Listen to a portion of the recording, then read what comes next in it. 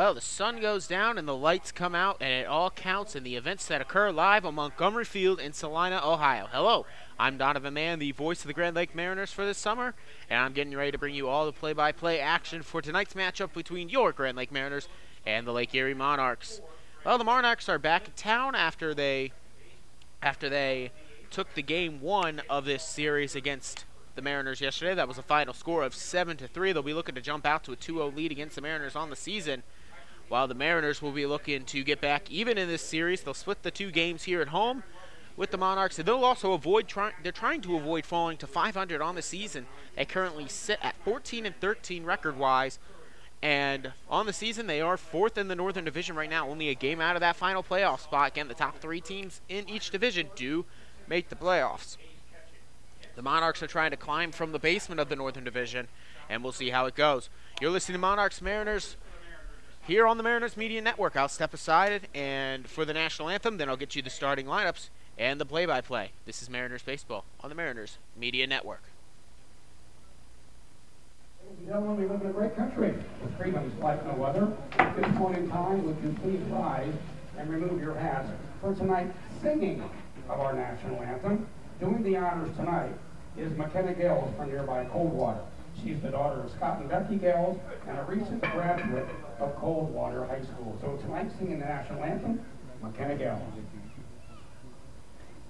Oh, say, can you see by the dawn's early light what so proudly we hailed at the twilight's last gleaming, whose broad stripes and bright stars through the perilous fight for the ramparts we watched were so gallantly streaming, and the rockets red glare, the bombs bursting in air, gave proof through the night that our flag was still there. Oh, say, does that star-spangled banner yet wave for the land of the free and the home of the brave? And there was the singing of the Star-Spangled Banner, the national anthem, and now we will go ahead and get you those starting lineups here. It is a special event night, and the stadium is packed. Got some free snow cones going on if you're in town and want to come out here to Salina, or if you're in town and want to come out to Montgomery Field. They do have a couple of events going on, free snow cones, some discounts at the concession stand, brought to you by Salina Insurance. We'll now go get you the starting lineups for the visiting Monarchs. First, it'll be Caleb Bellegarde, the third baseman, leading off. Jordan Nwagu, the center fielder. And then Alex Lambo batting third. He's playing shortstop. The designated hitter, Robert Bell, batting cleanup. Fifth will be Sean O'Keefe, the first baseman. Sixth, Keegan Watson, the right fielder. Griffin Mazer, the catcher, batting seventh. Batting eighth will be Will Prater, second baseman. Then Zach Schwarzenberger will be batting ninth at left field. For the Mariners, their starting pitcher today will be the left-hander Josh Courier. Josh Courier stepping on the mound here today, getting his next start. Courier, in his four previous starts, is 0-3 with a .594 ERA, a 19 2/3 innings pitched. He's given up 5 extra bases, which includes a home run. He's punched out 18 and walked 9. A man from Buchanan, Illinois, in Valparaiso. He'll be a sophomore this coming season for Valparaiso, and he now steps on trying to get his 5th start and first win. We'll see how they go here if the Mariners can find. Again, they lost 7-3. Yesterday was a scoreless game for the first 5 innings, and then they busted it open. The Monarchs did anyway, 3-0. Mariners then were able to try to get back within 2 off the bat of Joshua Riggs and a home run. They were never able to catch the Monarchs, and we'll see if they can't even up the season series here today. We'll set that defense now here behind Curry. It'll be Van Acker out in left, and center field will be Jaron Lovely and Fitzsimmons. Stephen Fitzsimmons will be the right fielder. Mackenzie Hicks on third base. Shortstop, Chris Myers. Blake Crossing, the second baseman. And on first base, Jake McCall. Of course, Tyson Hayes will be doing the catching. Here comes Bellegarde. Bellegarde served as the leadoff man yesterday as well on the season for Bellegarde. He is 360 with a 392 on base percentage. He will step in, the right-handed batter, getting ready to go. Here comes the first pitch. It'll be swung on and fouled back to the first base dugout. Count now goes 0-1. Get you the starting weather now here for Salina, Ohio. Montgomery Field as the sun continues to set out past right field. But first, Currier will deliver the 0-1 pitch. It's swung on and missed, and quickly down to the hole now is Bellegarde. It is currently 80 degrees here in Salina, Ohio. Not a cloud in sight, nice blue skies. Feels like 81 with a 45% humidity and a northeastern breeze at 8 miles per hour. It's an 0-2 count now as Currier will set. Gets his sign, delivers to Bellegarde. Swung on and fouled back and out of play. Count holds at 0-2.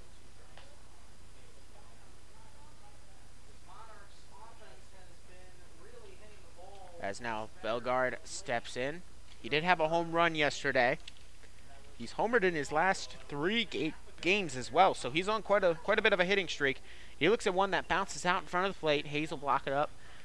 And now the count goes 1-2 to Bellegarde, who, by the way, yesterday was a total of 3 for 5 with a double, a single, and a home run. He was a triple away from the cycle.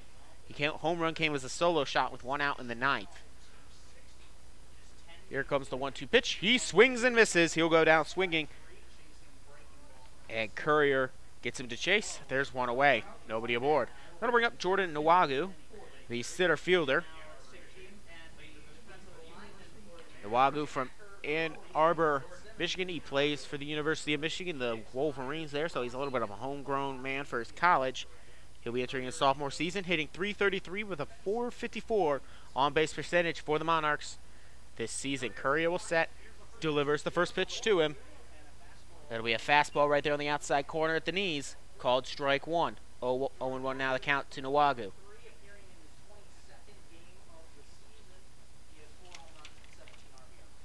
Here comes the 0-1 pitch with 1 out, nobody aboard. Catches that same spot, strike 2. Second straight batter now that Currier has carried in the hole, 0-2. We'll see if, much like Bellegarde, he can finish him off with a strikeout.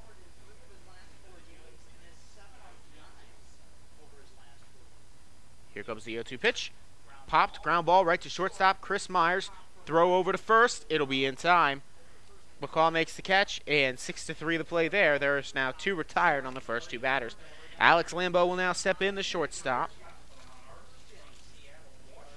Alex Lambeau wears number 3, the Seattle, Washington native, Loyola Marymount College, sophomore there, business management major. He hits .284 with a .365 on-base percentage this season for the Monarchs.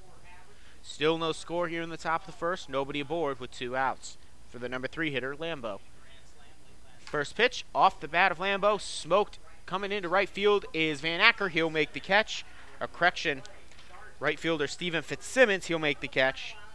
And that will get the top of the first, and the side goes in order. No hits, no runs, no errors, no men left aboard. We now head to the bottom of the first. Mariners will try to jump out first, and we'll talk about their lineup and the starting pitcher for the Monarchs when we return. You're listening to Mariners Baseball on the Mariners Media Network. Don't go anywhere.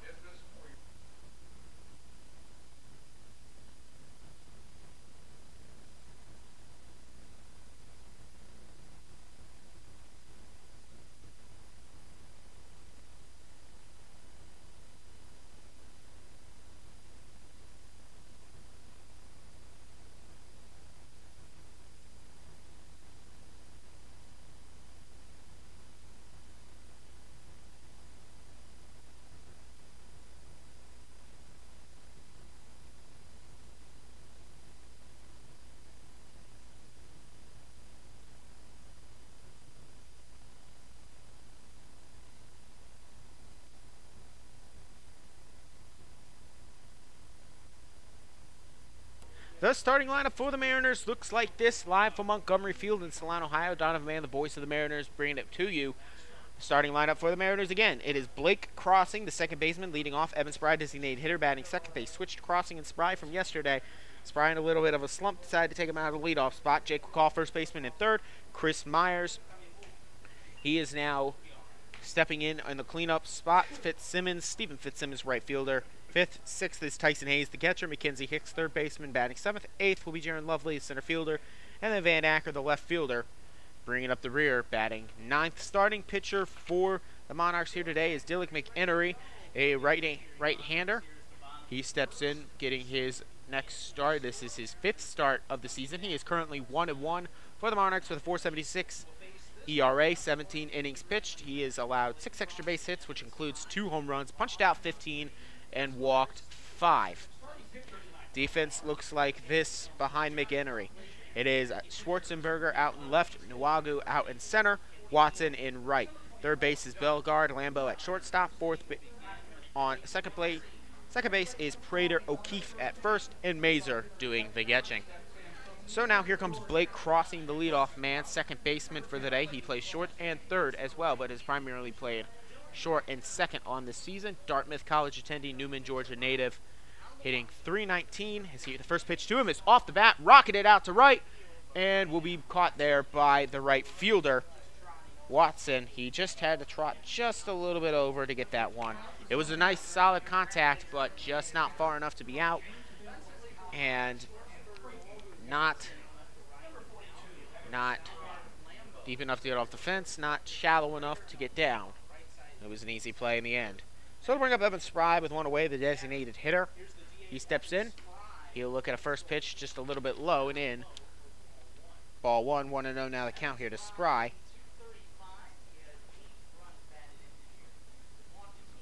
For Spry, wearing number 42 from Janesville, Wisconsin, as he looks at an outside fastball there. 2-0 quickly to him. He attends Creighton University. He hits .235 with .390 on-base percentage this season for the Mariners. Here comes the 2-0 pitch. He swings this off the bat, gets past the diving first baseman, and into right field. That'll be a one-out single for Spry, and he will advance to 1-1 on the season and get aboard with 1 out. That is the first hit in the series as well for Spry, second time he has been aboard. Jake McCall, the first baseman, now steps in, plays a little bit of third base as well. He was in the cleanup hole yesterday. We'll see him in the third spot here today. For Jake McCall, he hits .271 with a .433 on-base percentage for the Mariners. Man from Bloomington, Illinois. Illinois State is his college. Here comes the first pitch to him. It'll be called a strike there right on the outside part of the plate. Count now goes 0-1 to him. We'll also see how aggressive they are in challenging the catcher Mazer here today. They didn't test him at all when he came in defensively yesterday after a pinch hitting situation. We'll see if they decide to test him here in this one. McCall now steps in. Again, the count 0-1 to McCall. The 0-1 pitch off the bat of McCall, blooped into left field here. It goes over and will be caught there by the left fielder on the run.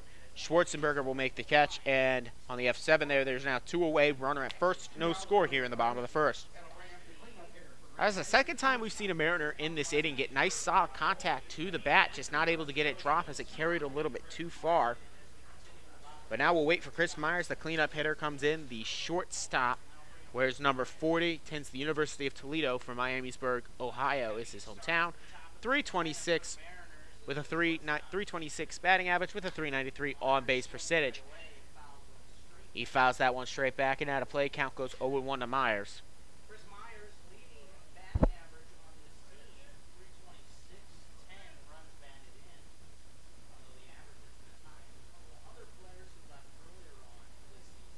Here comes the 0-1 pitch. He'll foul this one off to the backstop. Count goes 0-2. Chris Myers does hold the team lead for batting average at .326 for the Mariners. And he now steps in. He's been a consistent and solid starter for the Mariners in each and every game. He's had also one game out of the bullpen where he actually technically didn't come out of the bullpen. He came from a shortstop position. He looks at an outside fastball there. Count now goes 1-2 to Myers. He came from shortstop against St. Clair to be on the mound. Faced 6 batters, struck all 6 of them out. And head coach David Hacker said he will probably use him again in a closing situation if he wants. Now here comes a 1-2 pitch to him. Runner at first. Swung on. Hit deep to center. It's going back. It's carrying. And it is out of here. Mariners will take a 2-0 lead. On the second base hit of the game, Chris Myers will knock that one out of the park. His first home run of the season and his 11th. And now as he rounds third and trots home, his 11th and now 12th RBI of the season. He rocketed that one out to center field, and no doubt about it off the bat, he gets his first home run of the season, and now the Mariners lead 2-0. And that will now bring in Stephen Fitzsimmons, the designated hitter, or correction, the right fielder. He normally is the DH, but they've very few times that they used him defensively, and it's always been in a substitution change. This one will be an outside at the waist, catching there, strike one. Count goes 0-1 to Fitzsimmons. Where's number 11? Valparaiso attendee, Golden Valley, Minnesota native. The 0-1 pitch to him will be called strike two at the knees there. Quickly 0-2 to Fitzsimmons. A man who hits .219 with a .400 on-base percentage. He doesn't get a lot of hits per se, but he does do a great job of getting aboard. He's got a 0-2 count, though, to work around here, as that one's delivered way high. 1-2 now the count.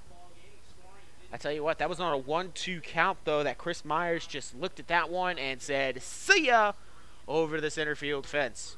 But now Fitzsimmons with a 1-2 count will be trying to do much of the same. He will swing and foul this one off. Just briefly, though, just barely was it fouled down the left field line. Could have been a good little bit of trouble there, but it does go foul. Count holds at 1-2 to Fitzsimmons. Left-handed batter, again, from Golden Valley, Minnesota. McEnery, the starting pitcher, has already allowed 2 runs off the bat of Chris Myers. Here comes the 1-2 pitch outside. Ball 2, 2-2 now the count here to Fitzsimmons. Man who oftentimes sees himself down in counts, but he does a great job of working counts full and just kind of getting himself into a favorable count. That's why he gets aboard 400% on a 400 clip.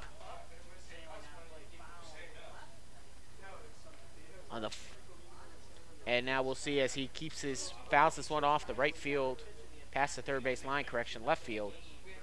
Fitzsimmons now has still a 2-2 count, 2 outs, nobody aboard. Here comes the 2-2 pitch. He'll look at ball 3. The count is full. There he goes.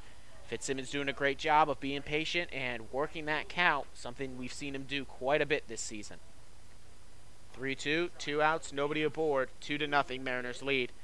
McEnery will deliver the payoff pitch. Off the bat of Fitzsimmons, it'll be a little bouncer right there to the shortstop. It'll be thrown over. Lambeau to O'Keefe, 6-3. But the Mariners get 2 runs on the 2-run homer from Chris Myers to center field. Also 2 hits, no errors, no man left aboard in this one. Mariners have a 2-0 lead as we head to the top of the second. Due up for the Monarchs will be Robert Bell, Sean O'Keefe, and Keegan Watson. This is Mariners Baseball on the Mariners Media Network. Don't go anywhere.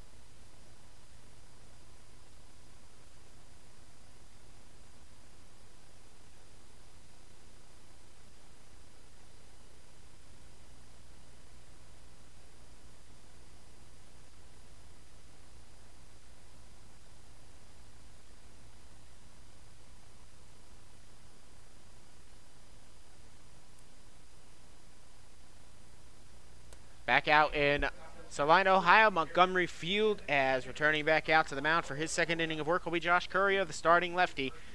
He pitched a 1-2-3 inning back in the first, including a strikeout to the leadoff man. He now steps in for his second inning of work, holding a 2-0 lead, trying to maintain that as the Mariners try to split this series against the Monarchs here at home and start this 10-game homestand at 2-2. Again, they split the opening series at home this past weekend against the Xenia Scouts. Won the first game, lost the second. Here comes the pitch inside, but called a strike right there on the plate to Robert Bell, the designated hitter, the leadoff man, to start off the second inning. 0-1 the count here to Bell. Courier will step, delivers the windup. 0-1 pitch will be called ball one. 1-1 now the count here to Bell. Man from Palm Coast, Florida, in Bethune-Cookman College, sophomore there. Hits .339 for the Monarchs with a .466 on-base percentage. This one will be a nice slider on the high outside corner. The count now goes 1-2 quickly here to Bell.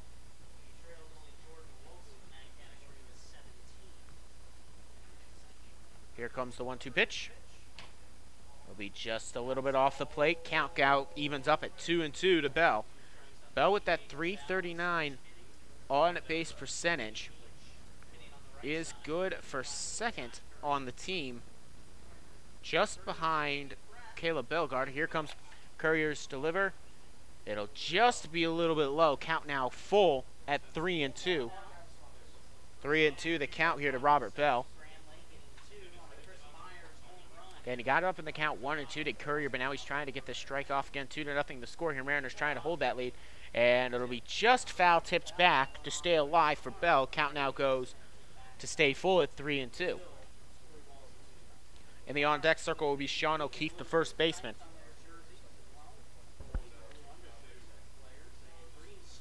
Mariners are in their alternative home whites with the blue and green stripes that go from about their ribcage down. Here comes the 3-2 pitch. It is inside, ball four. Bell will be walked. Leadoff walk gets the inning going now for the Monarchs, as Courier will step back on now to face Sean O'Keefe, the first baseman. Sean O'Keefe wears number 40, Saline, Michigan native, attends Western Michigan University, the Broncos. He hits .316 with a .402 on-base percentage this season for the Monarchs. Here comes the first pitch to him. He'll look at a ball just a little bit outside. Count goes 1-0 to Sean O'Keefe, the first baseman. Again, the leadoff man and Robert Bell is aboard. If you're wondering about Bell's wheels, he only has one stolen base on the season thus far. We'll see if they decide to run with him. This one will be called strike one as it catches right there at the knees. 1-1 now. The count evens up to O'Keefe.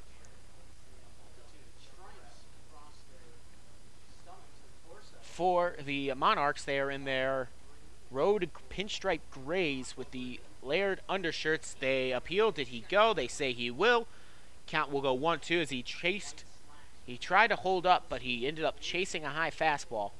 Again, those jerseys, it's a layer look. They've got the gray t-shirts, or maybe navy blue t-shirts underneath with the gray vest. This kind of look. Count now 1-2. Here comes the pitch. This will be a high pop into foul territory. Giving chase is McCaw.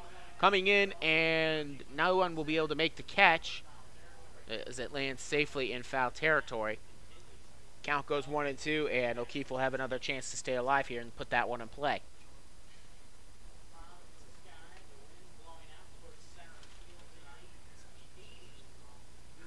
Courier will now step back in. He'll look in for his sign. He'll gather.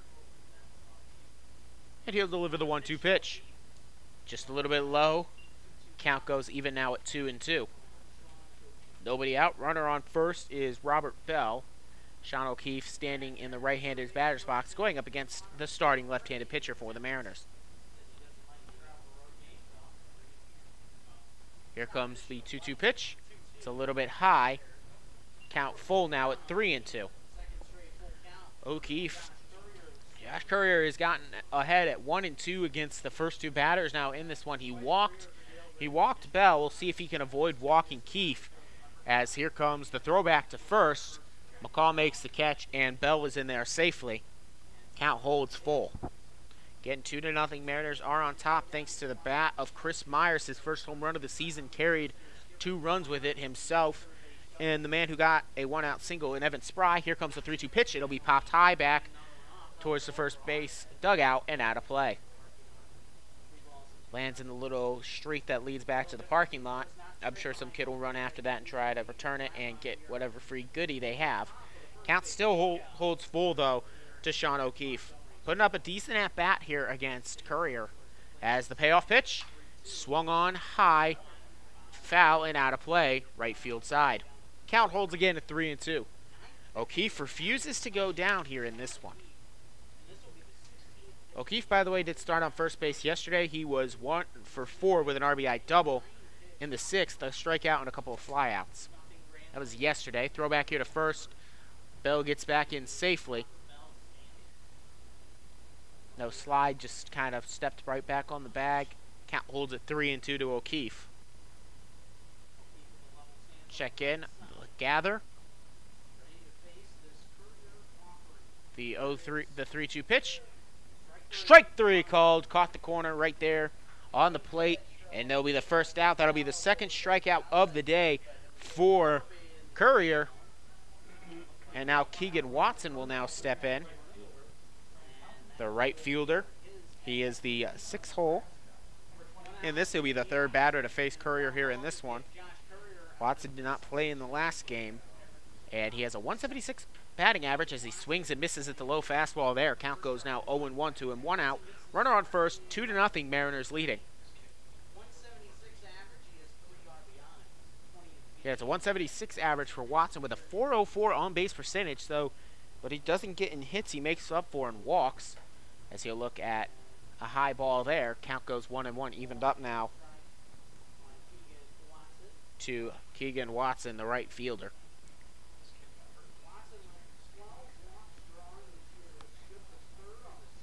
A check back to first, and throw back to first. Getting back in time is Bell. And Courier will go again. Again, the count 1-1 to Keegan Watson. Keegan Watson, the man who attends Nebraska, the primary campus out in Lincoln. He is a Cornhusker, or he's a Husker, I believe is what they are called. And so, with a 1-1 count, here comes the pitch from Courier. He'll hit this one up the bat, and it will just slice foul down the right field line. Count 1-2 now to O'Keefe.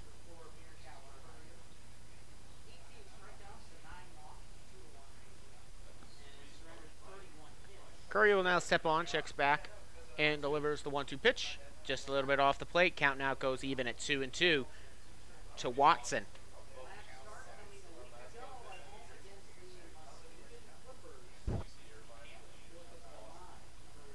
Mariners again on a 2-game losing skid. Not really a streak. I don't consider 2 games a streak, as this one's thrown over to first again. McCaw makes the catch. Bell gets back in safely. But they have dropped their last 2 games and are in danger of dropping 3 in a row here. But they do have that 2-0 lead, trying to break that skid before it gets too dangerous. This one bounces out in front of the plate, blocked up there by Hayes. And Bell will return back to first. Count now full at 3-2. With 1 out. And this is the 3rd straight full count that Courier has had to face. He walked 1, struck out the other. Here comes the payoff pitch. It'll be popped off the bat. Routine double play ball here as it goes over to first for 1. Back to first to second. Went to second for 1. It will be 6-4-3 on that play. And you just saw it right on Robert Bell. He didn't even run down to first. He knew he was going to be out, so he just kind of skidded off the line, let them complete the double play, didn't get in the way. Again, we saw a second baseman and Jack Coney get hurt that way when somebody was a little bit too aggressive trying to go into second to be safe, but not this time. So they eventually do go in order. There was no minute left to board, no errors, no hits, no runs in the top of the second. We now go to the bottom of the second. Mariners leading 2-0. Due up for the Mariners will be Tyson Hayes, Mackenzie Hicks, and Jaron Lovely. This is Mariners Baseball on the Mariners Media Network. Don't go anywhere. I'll be right back.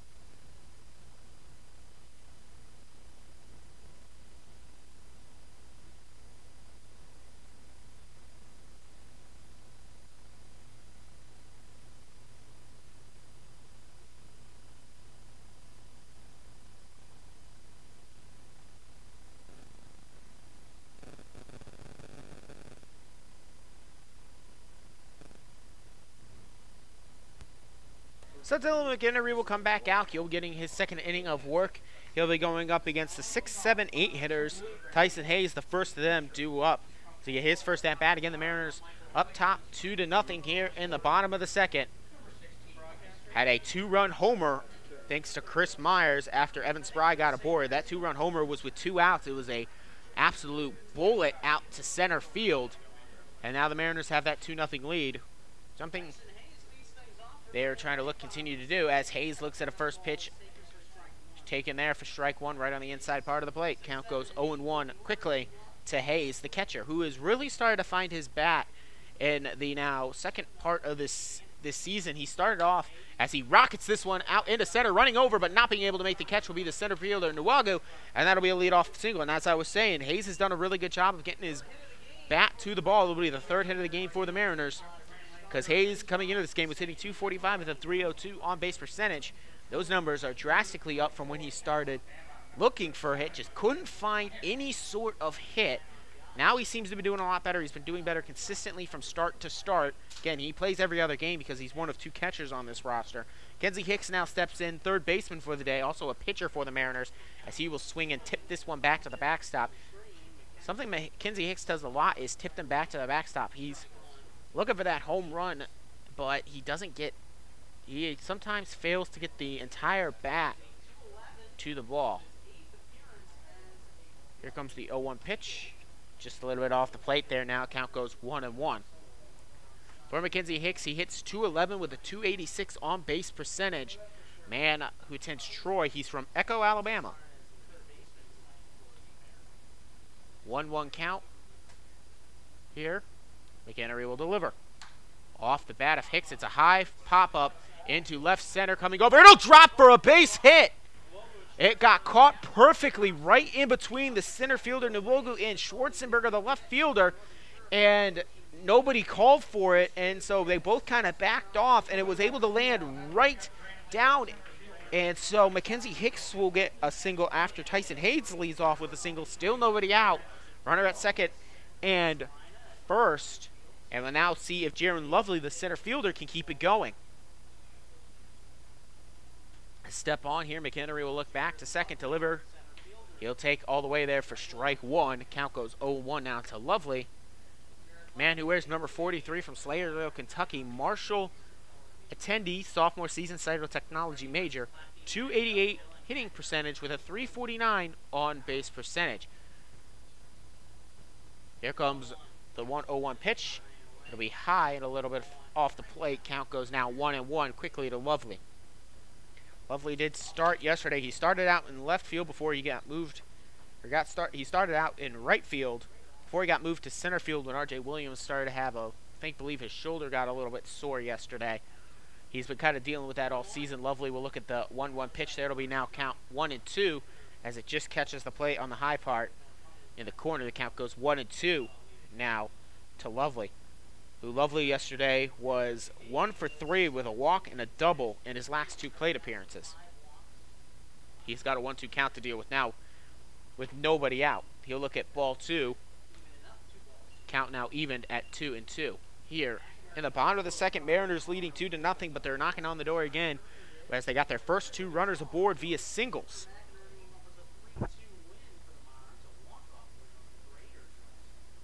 2-2 pitch. Check back to second. McInnery looks. He'll deliver a high fastball there. Count will now go 3-2, full to Lovely.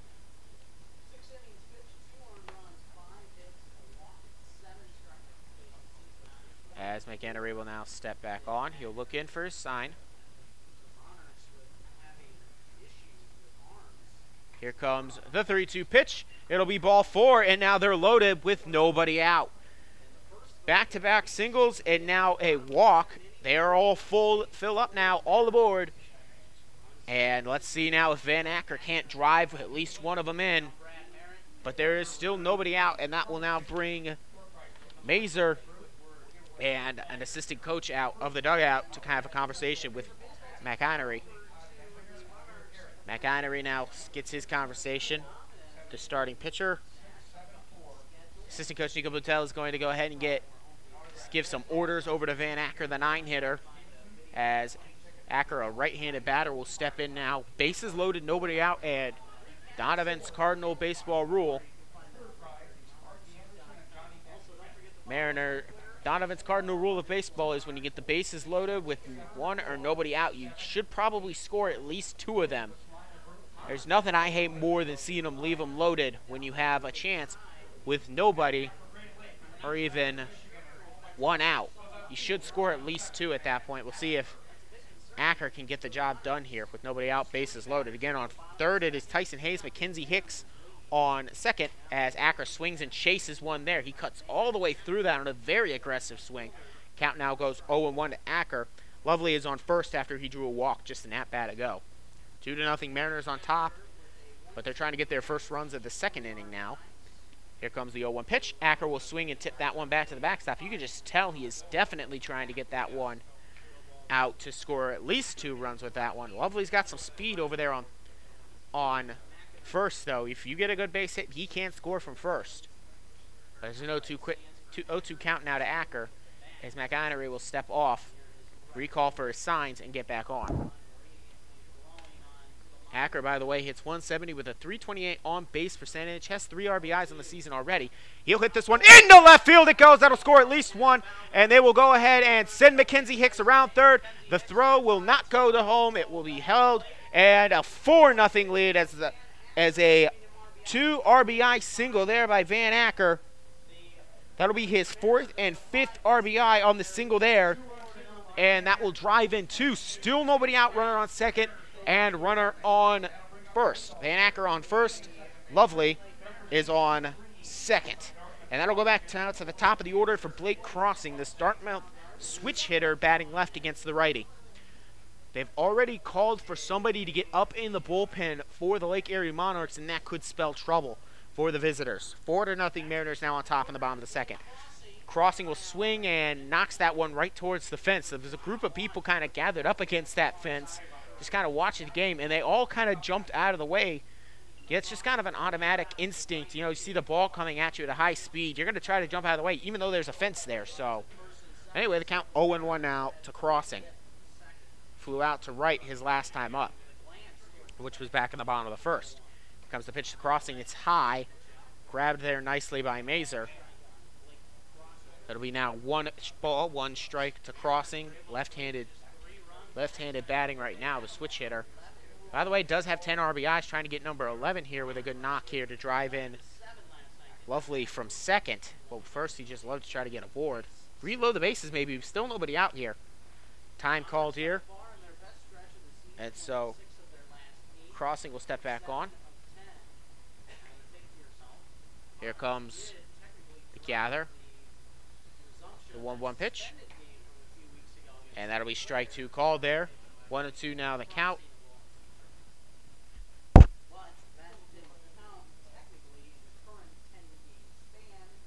Count now 1-2 to Crossing.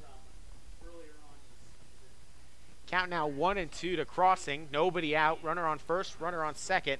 McInerney will go ahead and step off. And free go.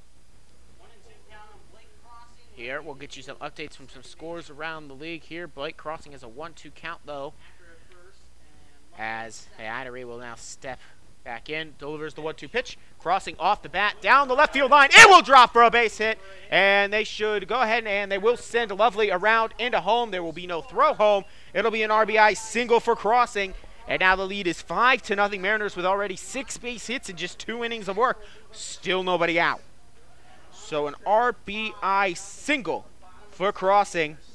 This will be their 4th run scored, 3rd run scored in this inning. 2 RBIs came in via Van Ackers after they loaded the bases up with nobody out. And this will already be the end of the day for McInerney.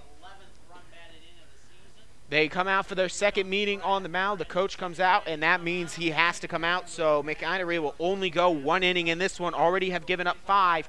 He's responsible for the man on second and the man on first.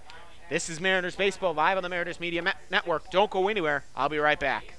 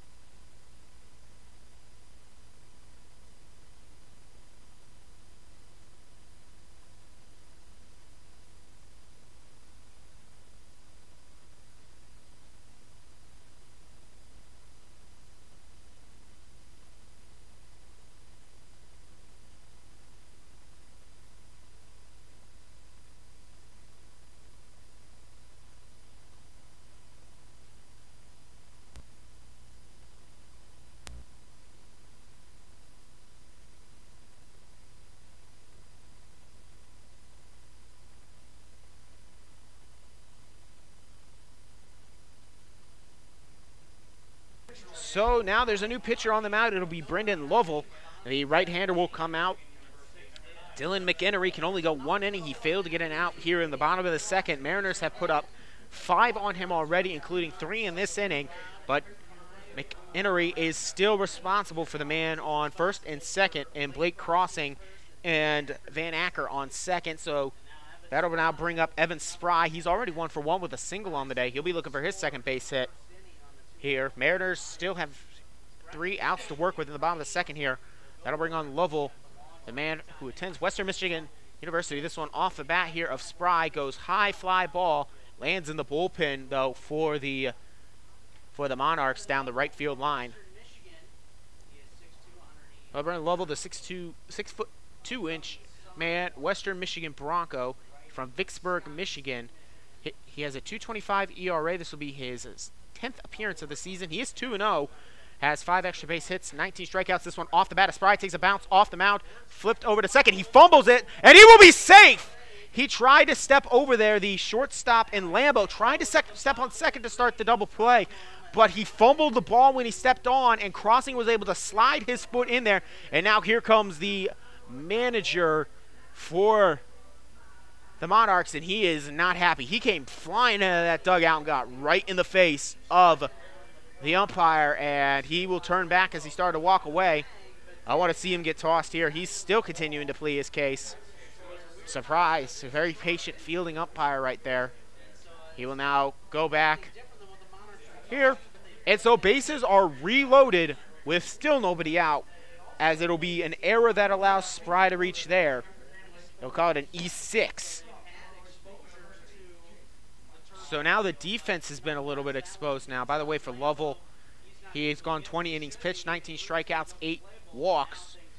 But now he's got a bases loaded situation. He's the best pitcher statistically for this roster as far as all the numbers and all that. As McCall now steps in, he'll look at a ball outside there and high. Count goes 1-0 to McCall. Bases are loaded. Is Acker on left, Acker on third, Crossing on second. And reaching on the error, Spry is on first. Still nobody out. Here comes the pitch. Off the bat of McCall. It'll drop for a base hit into left field. It'll score at least 1. They will hold up Crossing at third. And that will be another run credited as Acker scores another RBI in this lineup. RBI single for McCall. That'll be his 16th RBI bat. So 16th run batted in. And we now still with nobody out. Bases still loaded. Mariners put up their 4th run in this inning. They lead 6-0 on 7 base hits. One more run now, and that run is on third, will be credited to the starter in McEnery.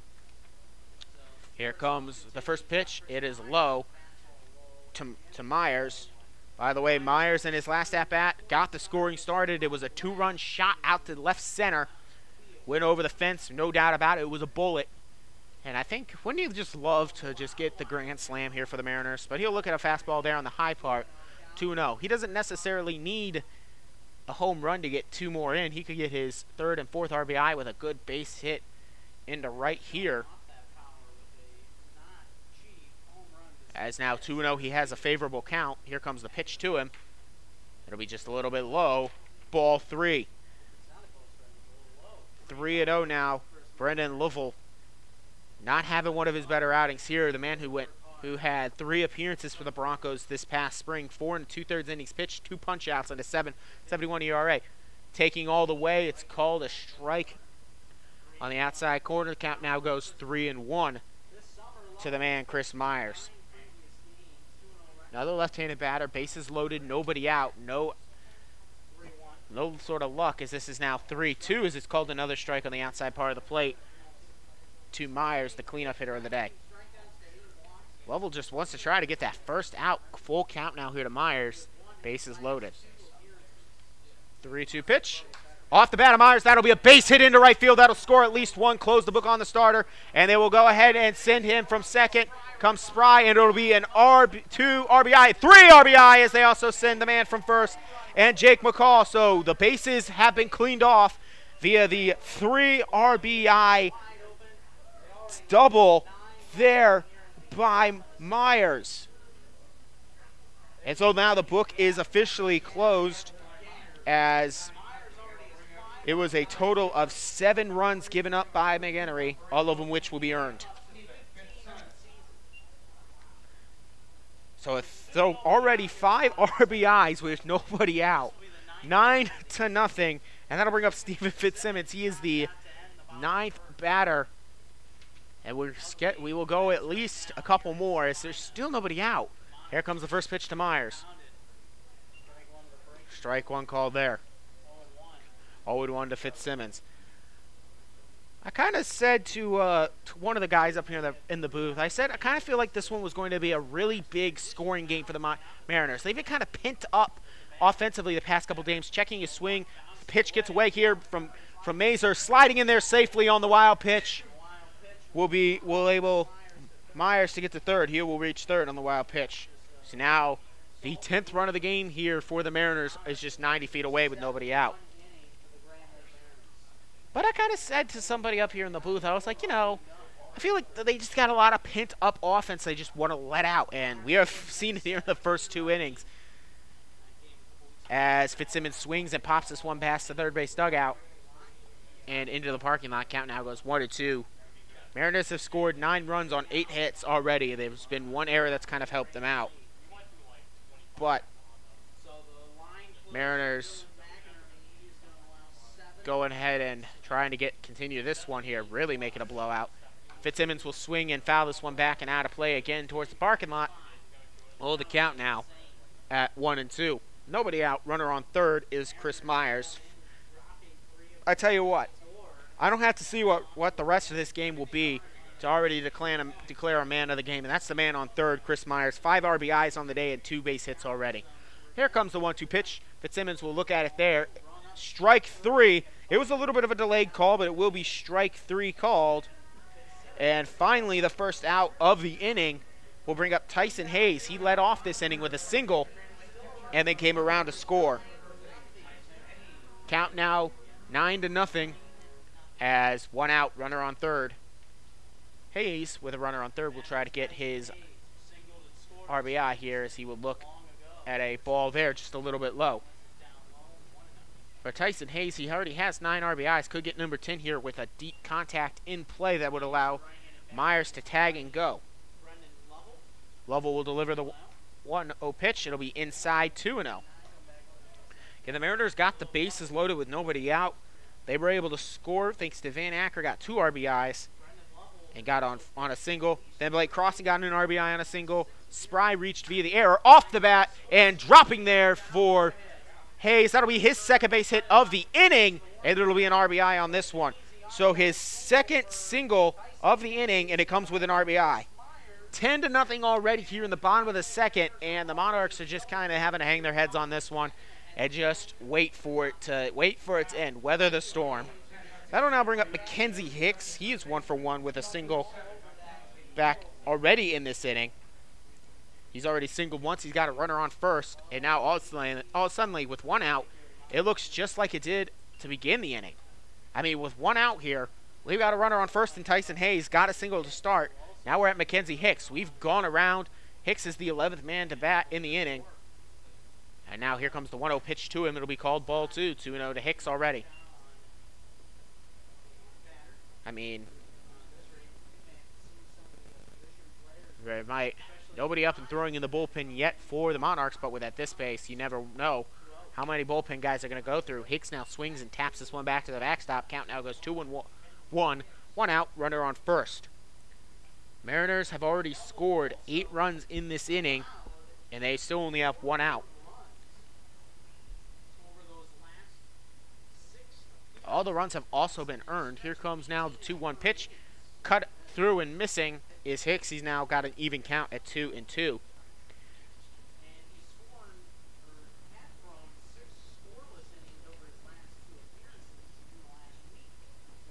Here comes the 2-2 pitch. Let's call a ball there. Full now, 3-2 to Hicks. Well, you wouldn't have thought that Lovell would have given this up. He did come in with the bases loaded, nobody out, but you would have thought he might have been able to just allow 1 or 2. Instead, he has just continued the onslaught that the Mariners have displayed here. Off the bat of Hicks, it's a high fly ball into center, and Iwagu will go back and make the catch. There's now 2 away. Did have to go pretty deep back there, though. Hicks is now 1 for 2 just in this inning. And that will now bring up Jaron Lovely. He walked, and that was the man who loaded the bases. He then came back around to score. As he now comes up for his second at-bat with runner aboard and Hayes back at first. Mariners up 10-0 here in the bottom of the second. Outside, count goes 1-0.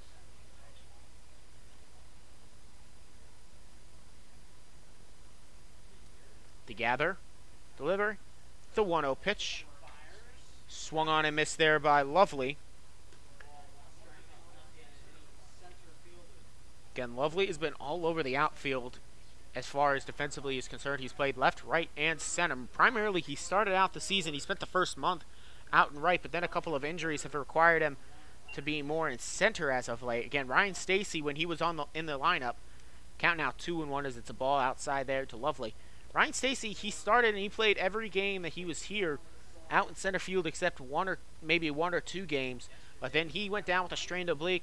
Eventually had to leave the team. 2-1 pitch now to Lovely. Off the bat, high fly ball out to right. It is smoked and it is out of here. Runs 11 and 12 of the game. And wow, off the bat, you just knew that one was trouble for the Monarchs. And the misery continues for the visitors.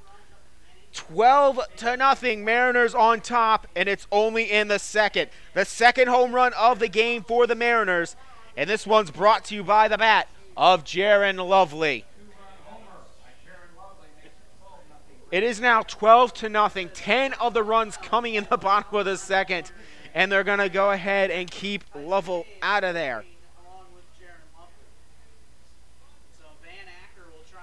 Lovell was only given up 5 runs to his record, as now Van Acker steps in. He's the man who started all the scoring for the Mariners. It was a 2 RBI single back when the bases were loaded to start this inning. There's now 2 outs. He gets his second time to bat. He looks now at a 2-0 count as that one misses again. Still nobody up and throwing. Actually, there's not even a pitcher out there in the bullpen. So they're going to have Lovell just sticking out on this one. Here comes the 2-0 pitch. Cut on and missed there by Acker. There is nobody aboard with 2 outs. 12-0 the score.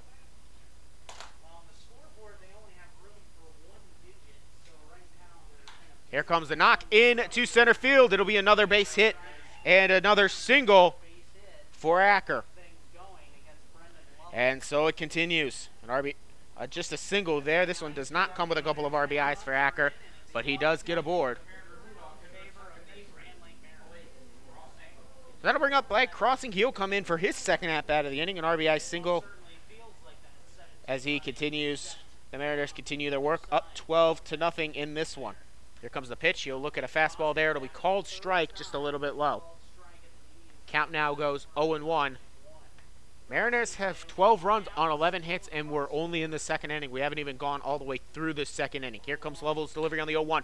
Off the bat, and it'll go fly, and it'll drop for a base hit, and it'll get past the left fielder, and that will allow a double for Crossing. They will hold up Acker at third, and it'll be Crossing's second single of the game. And now Evan Spry, the man who reached on an error, he was the first man that Lovell faced. He now comes in. Spry is 1 for 2 on the day, and he will get his second chance in this inning. He reached on the error that reloaded the bases and allowed some more runs to score. Here comes the first pitch to him. It'll be right there at the knees. Strike one, 1-0 the count. 2 outs, runners both in scoring position. Crossing is at second. Acker is at third. 12 runs for the home team here today. Nice curveball there. Gets now quickly down to the count is Spry, 0-2. As now, here comes the 0-2 pitch to Spry. He'll look there at ball 1, just missing a little bit inside. Count goes now 1-2.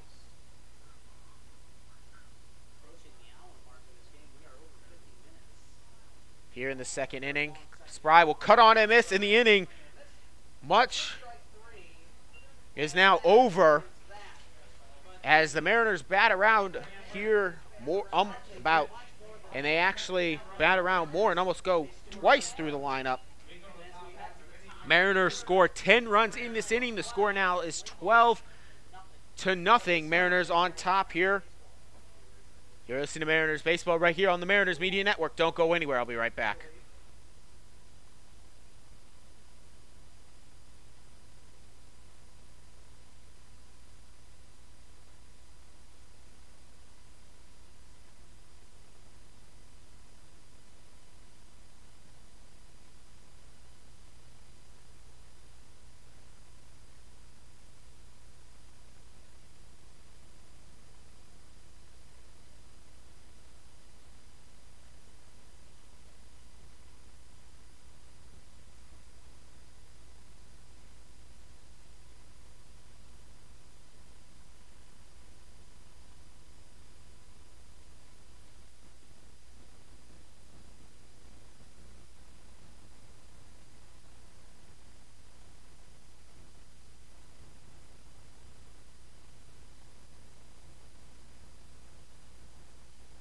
So we finally head to the top of the third after the Mariners get 10 hits and 10 runs in the bottom of the second.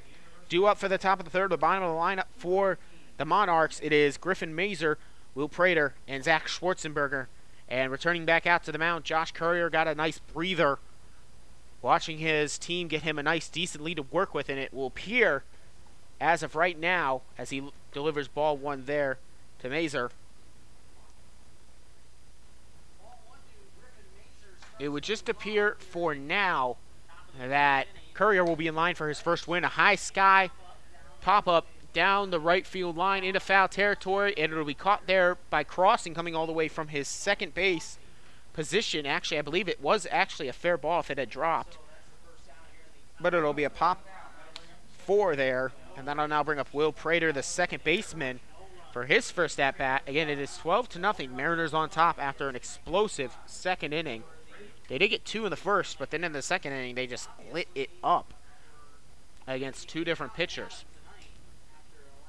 Will Prater, the second baseman, now steps in. Here comes the first pitch to him. It's a little bit outside, ball 1. Prater, the man from Western Carolina, as he gets now a tap down the first base line. Caught here thrown over to first, but he will beat out the play. So the throw was just a little bit offline. I think Courier kind of misjudged it in his run. We'll see how they rule it, but I do believe it'll be a single here on a good hustle play there by Prater. And it'll be actually the first base hit of the game for the Monarchs via the Western Carolina man. That will now bring up the 9-hitter, Zach Schwarzenberger, the left fielder. Hits .226 with a .385 on-base percentage. Man who attends the University of Toledo. He'll look here at a ball there. It's a little bit low and away. Count goes 1-0 quickly to Schwarzenberger. He is a switch hitter, so he'll be batting right against the lefty. Man standing about 6 feet tall from Saline, Michigan. Here comes the next pitch to him. Right there in the inside part of the zone for the right-handed batter's box. Count goes even at 1-1 with 1 out, runner at first.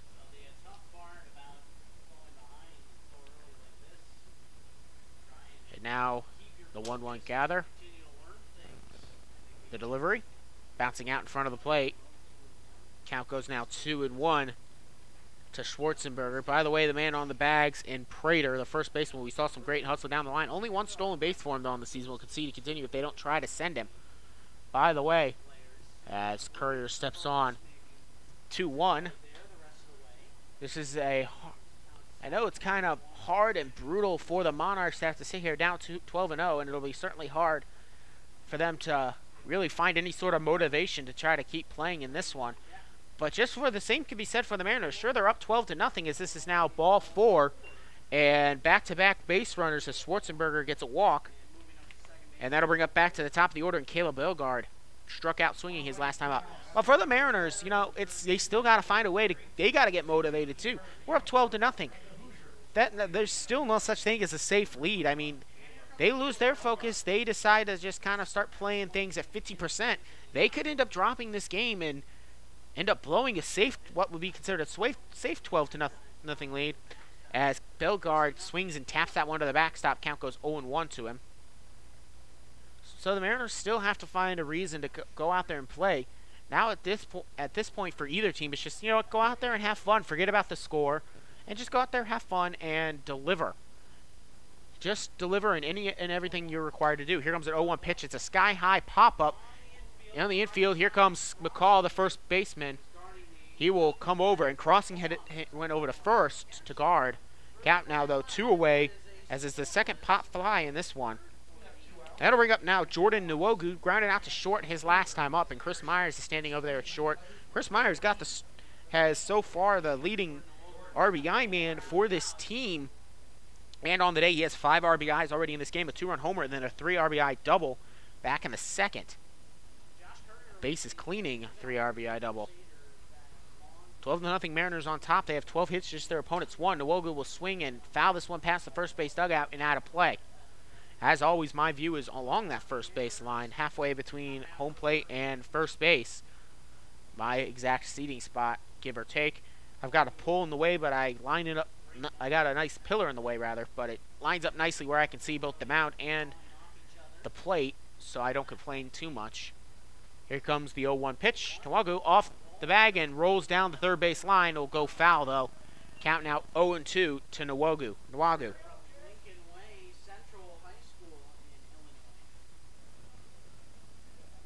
Again, Nwogu getting his second plate appearance in this one. Man at Michigan this past season had 46 appearances with 35 starts as a freshman.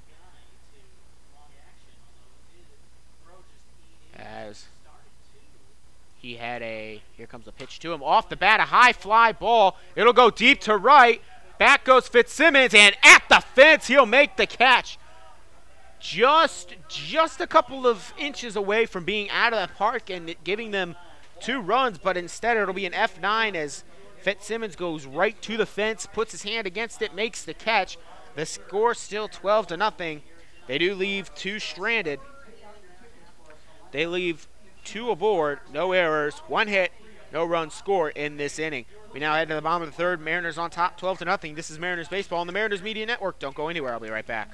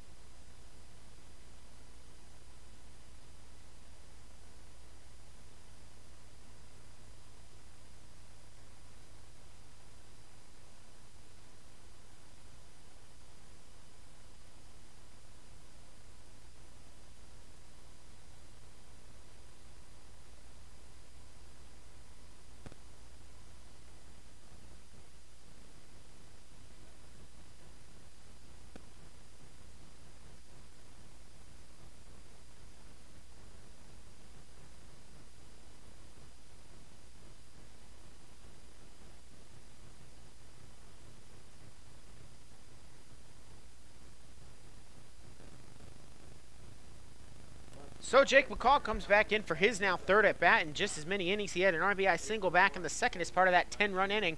You look at a fastball high there. 1-0 now the count here to the leadoff man for the inning. He flew out to left his first time up, making him 1 for 2.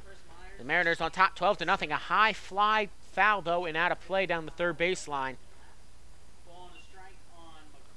McCall now has a 1-1 count.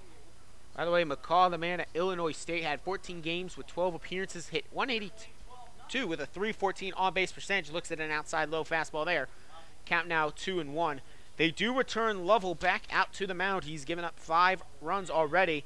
He did get all the outs, though, in that last inning. And there's nobody up in the bullpen for the Monarchs yet. It's just kind of a day where they're just going to have to ride the long man, as this is an outside fastball on the plate there, though. 2-2 now. Count evens up. That one just caught a piece of the dish. Here comes the 2-2 pitch. Strike 3 called. A generous call there to the pitcher, but the count goes 3-2. It did just catch the plate. Looked a little bit of a breaking ball. nothing you want McCall to do, but he falls to 1-3. Now that'll bring up Chris Myers. He is 2 for 2 with 5 RBIs on the game already. He has a 2-run homer back in the bottom of the first, did the only scoring in the first, and then in the second, he got RBIs 3, 4, and 5 as he looks at one outside there. 1-0 now the count. He had 3 RBIs on a double back in the second, cleaned up the bases, and then he eventually did come back around to score thanks to Tyson Hayes. Here's an outside again, and you almost got to imagine if Lovell's afraid to pitch to him now. Count now goes 2-0. Nobody aboard with 1 out to Chris Myers, left-handed batter getting his 3rd at-bat in just as many innings. He came to 3rd via the wild pitch and then was drove in by Tyson Hayes on an RBI single. Outside again, ball 3. And you could just tell that perhaps Lovell's a little bit hesitant pitching now here to Myers. Just, you know, the man's drove in 5 runs already. He's already gotten a long ball in this one. And that'll be ball 4 outside again. You almost have to imagine if that was just kind of maybe an intentional walk, but he will get aboard for the 3rd straight time here today. For Steven Fitzsimmons, 0 for 2. By the way, Fitzsimmons is the only man in this lineup not to get a hit for the Mariners in the first 2 innings. He struck out looking in the second, and he was the first out in the second. And then he grounded out to short his last time up. He is the last man to get a hit for the Mariners. He shows bunt and fouls that one off. Count goes 0-1 with 1 out. So he'll step back in again, left-handed batter, and Fitzsimmons steps back in. He's 0 for 2. Here comes the first pitch to him outside. Ball 1. Fitzsimmons does hit .219 with a 400 on-base percentage coming into this one. For Valparaiso this past season, had 16 appearances with 3 starts at 174 with 1 RBI and a 345 on-base percentage. Here comes the next pitch to him. Catching outside again. Count goes 2-1. 1 out. Runner on first is Chris Myers. Drew the walk. Most recent at bat. Fitzsimmons trying to get aboard for the first time here today. Only Mariner not to do so. Also the only Mariner missing a hit. Here comes the tap here by Fitzsimmons right to the 3rd baseman. Scoops it up. Throws it over to first. And that will advance Myers to second. But it'll be 5-3 there to retire Fitzsimmons for the 3rd time today. Remember, we got Tyson Hayes. He's 2 for 2. And that's just in the second inning. He did not have a plate appearance in the first, but he's 2 for 2 with a couple of singles and an RBI back in the second. He now comes in looking for his 3rd base hit. He's got a runner in scoring position. Try to get RBI number 3, number 2, young man, if you want. Nobody's holding you back. It's a 12-0 game. But I'm sure the Mariners might just try to not be brutal about this one. This one missing just a little bit inside. Count goes 1-0 here to Hayes, the catcher. As Tyson Hayes now steps in. He will swing and miss on that one. Count now evens up at 1-1 with 2 outs. Runner at second. For Hayes at Illinois State this past season, did not make an appearance. And from Aurora, Colorado, construction management major. Catchers usually don't play as much in the first half of their career at college as they do the second. As this one just catching, looked a little bit low, but just catches on the outside part of the plate at the knees, they'll call it. Quickly 1-2 now to Hayes. We're just an hour into play, and we're only in the 3rd inning. Mariners are leading 12-0, though, after they absolutely blew up. And it'll be a strikeout wild pitch. They'll throw down to first to complete the strikeout. That will be the next strikeout. Swinging and missing. That'll be the 3rd strikeout of the day for Lovell. And they go in order. Or correction, 4 go up. 1 gets aboard via the walk, but he's left aboard. No errors, no hits, no runs scored in the bottom of the 3rd. We now head to the top of the 4th. Mariners still leading 12-0. It'll be Alex Lambo, Robert Bell, and Sean O'Keefe due up for the Monarchs. This is Mariners Baseball live on the Mariners Media Network. Don't go anywhere.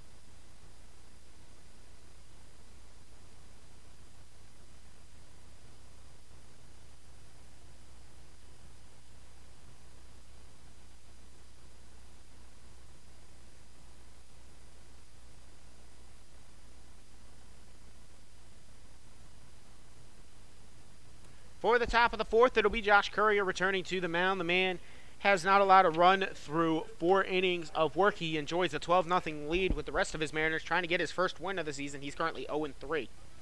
He's also registered 2 strikeouts, only given up 1 base hit, and walked 2 batters. So he's 2 strikeouts, 2 walks as far as the ratio is concerned now in his 4th inning of work. He will go up against Alex Lambeau and Robert Bell, and then Sean O'Keefe. Lambeau flew out to right his last time up. He's 0-1.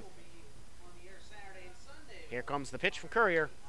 Be right there on the inside part of the plate at the belt. 0-1. If you're just tuning in with us, here's what you've missed. Through the first 2 innings, the Mariners have through the first 3 innings, really, the Mariners have a 12-0 lead. They've done all their scoring, though, as that's ball 1 missing. In the first, Chris Myers was able to drive in Evan Spry and himself via a 2-run shot deep into center. It was an absolute bullet when it left, swung on and missed here. Our count now goes quickly 1-2 to the batter in Lambeau. That's how we ended up 2-0. Mariners pitched 1-2-3, 1-2-3. Then came the bottom of the second, where it just got miserable as a Monarchs fan, if you're a Monarchs fan. 12-0 as this one's off the bat. Right to great crossing, though. He'll make the catch. It'll be a line out. So an L4 there. That'll bring up Robert Bell. He walked his last time up. But then he was eliminated via a double play by Keegan Watson. But anyway, in the bottom of the second, the Mariners scored 10 runs. Most batters got 2 hit at-bats in that one. And everybody except for Stephen Fitzsimmons registered a hit in that inning for the Mariners. A correction, Evan Spry got being an error. They were the only 2 batters not to get a hit. There was an RBI.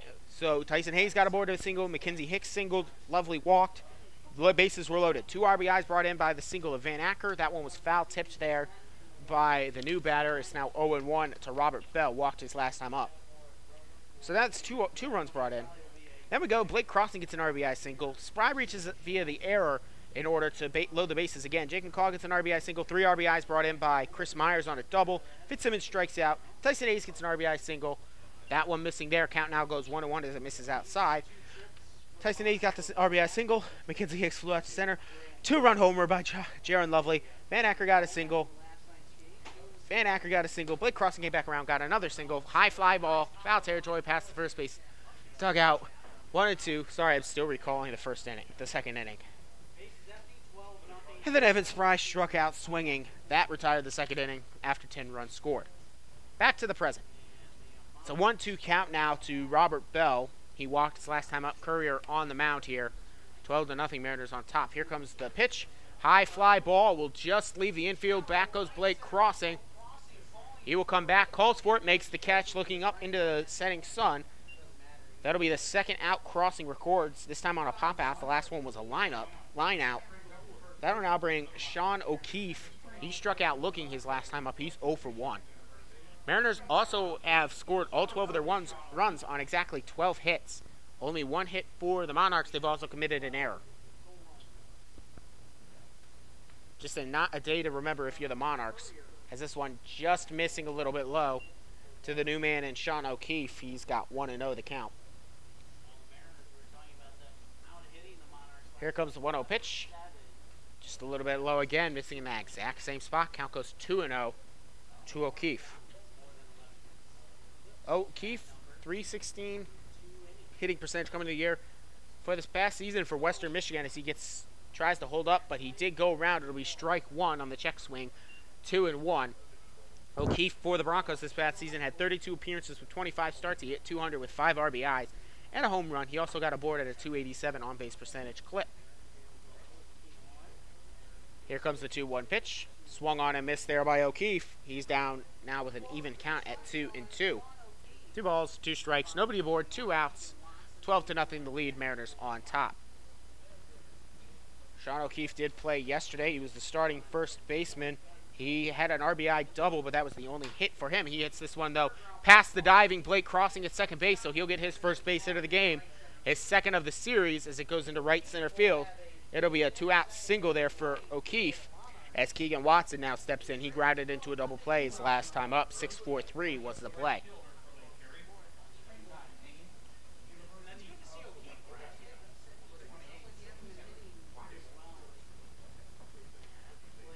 For Watson, as he steps in, a right-handed batter going up against a left-handed pitcher. He'll look at the first pitch there. It'll be low, ball one. And Watson that had that double play did not and is only at bat in the series, did not play yesterday. Had 2 appearances for Nebraska this past season. With only 1 start, he cuts and misses. The count now goes 1-1. In those 2 appearances, 1 starts, he did not register a hit, but he did get aboard at a .333 on-base percentage-wise. Before that, he was at New Palestine High School. Here comes the next pitch to him. It's a high pop-up. It'll go into center field. Running in is Jaron Lovely. He'll make the catch, and that will retire the side. They do get 1 hit, no runs scored, though. No errors. 1 man was left aboard.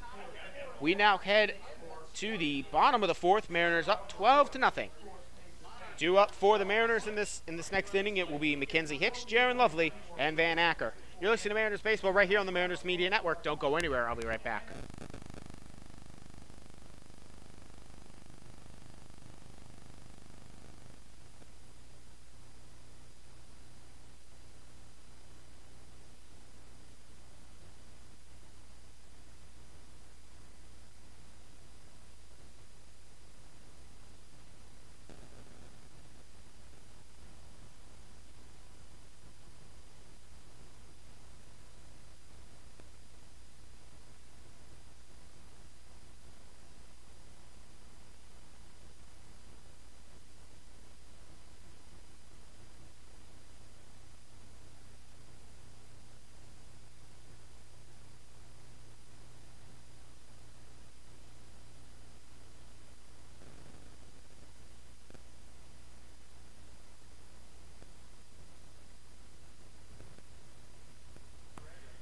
So we will now have the man returning to the mound will be Brendan Lovell. He'll get out for his 3rd inning of work. He had to suffer through that bottom of the 2nd inning to get all 3 outs. He did eventually get them, though.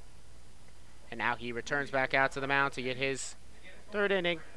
He did not allow a run back in the bottom of the 3rd. He only walked 1 and struck out 2. He does have 4 strikeouts on the day,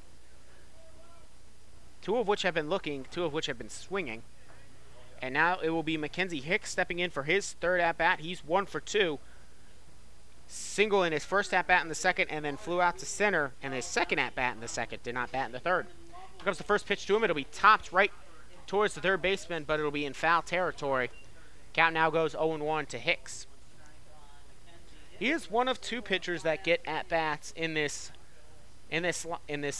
roster for the Mariners. The other one being Joshua Riggs, who rocketed a 2-run homer yesterday.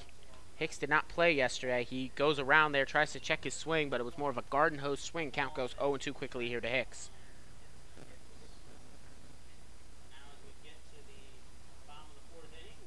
Here comes the pitch to Hicks. He'll swing at a high fastball. He'll go down swinging, the 5th strikeout of the day for Lovell, and the 1st out of this 4th inning. And the bottom of the 4th, I should say. That'll bring up Jaron Lovely. He is 1 for 1 with a 2-run homer. Back in the 2nd, in his first at-bat in the 2nd, though, he walked. In his 2nd at-bat, he had a 2-run homer. He comes in trying to get his 2nd base hit of the game, get aboard for the 3rd straight time in as many plate appearances. Here comes the pitch to Lovely, a high fly ball out to right. It's going back towards the fence. Could it be? It will be number 2 for him on the day. This one a solo shot out to right field. Jaron Lovely gets his 2nd home run. He'll round the bases with a nice slow trot. And he'll give the Mariners now a 13-0 lead on 13 hits. Jaron Lovely's 2nd home run of the day. And it just gets worse for the Monarchs here today. Jaron Lovely, after kind of slumping it these past 2, I mean, not necessarily saying he's been terrible these past couple games, but he's not been what we've seen in the early going. He now is 2 for 2 with a walk and his 2nd home run. He's got 2 home runs, 2 hits. So that will now bring up Van Acker. He's got a couple of singles, 2 RBIs, which came on the first single back in the 2nd. He has now a 2-0 count as the first 2 pitches missed to him. 2-0 count now here to Acker. He'll swing and top this one right over to the 3rd baseman. Has to throw across the diamond. He will be a strong throw, a little bit high, but he'll get him 5-3 the play. 2 outs now. And then I'll bring up Blake Crossing. He is 2 for 3 on the day. Couple of singles back in the 2nd. and one which came in an RBI. That was his first single back in the second. That was an RBI. He did come around to score. That first time, anyway, he came around to score. Off of the bat, a crossing right to the third baseman, scoops it up, throws it over. Crossing will try to beat out the throw, but he cannot. Another 5-3 assisted ground-out play, and that will retire the side here in the fourth, but not before Jaron Lovely delivers with his second home run. This one a solo shot out to right field. 1 run scores, 1 hit, no errors, no men left aboard. We now head to the top of this fifth. Mariners enjoying a very, very comfortable 13-0 lead here at home. This is Mariners baseball here on the Mariners Media Network. Don't go anywhere. I'll be right back.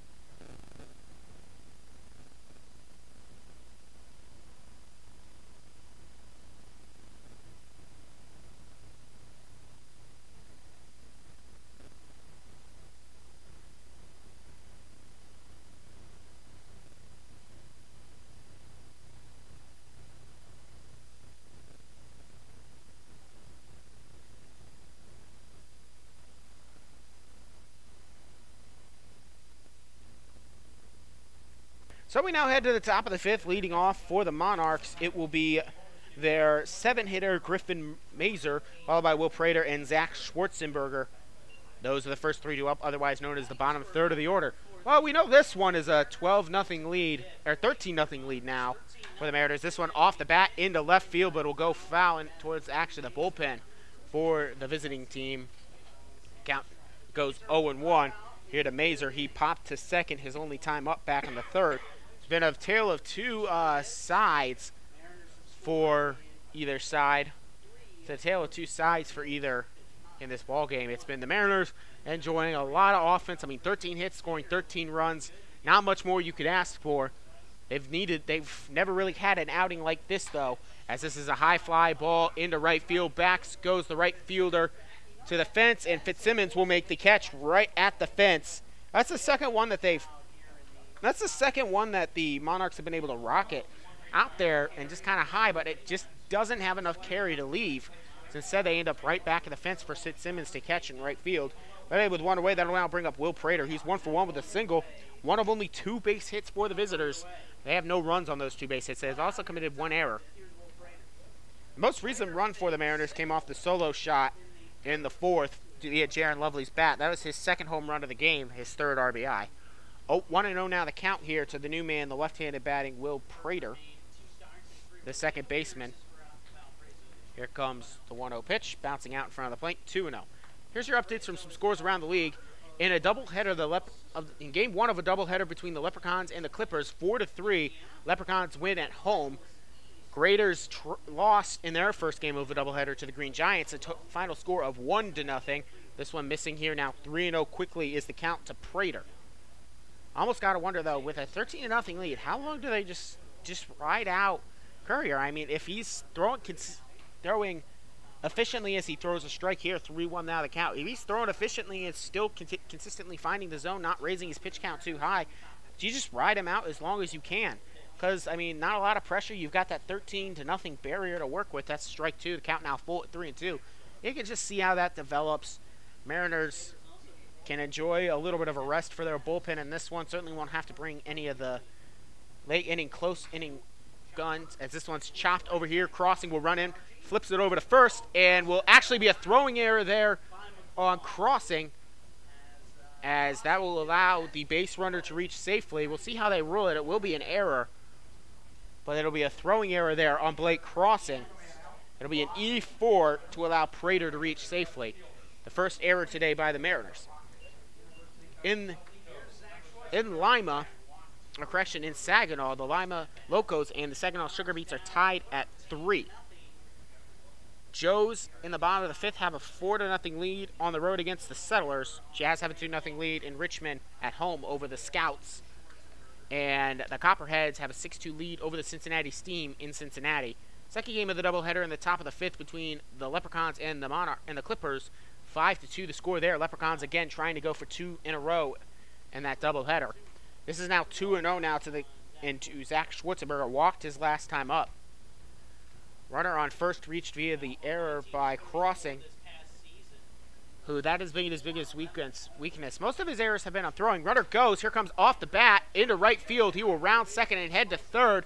Coming in will be Fitzsimmons. There will be now runners at the corners on the single there. And now Schwarzenberger now heads into second on a throwing error there.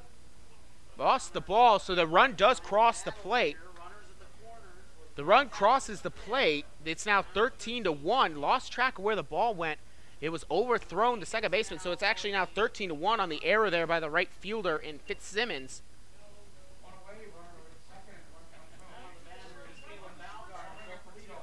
It's actually by the shortstop. So now the runner is on second, trying to gather. I lost track of the ball because I was looking down at my paper just thinking it was going to be runners at the corners. But I guess there's an error somewhere in there anyway. That will now allow the runner to score, will not be earned. Here comes the throw.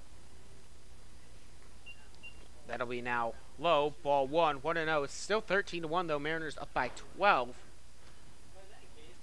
Runner on second in Schwarzenberger. It was a single and an error by the shortstop. On the pitch now, that'll be swung on and missed by the leadoff man in Caleb Belgard. He is 0 for 2 on the day. He popped up straight back to the catcher his last time up. He's in the third, and in the first, he struck out swinging.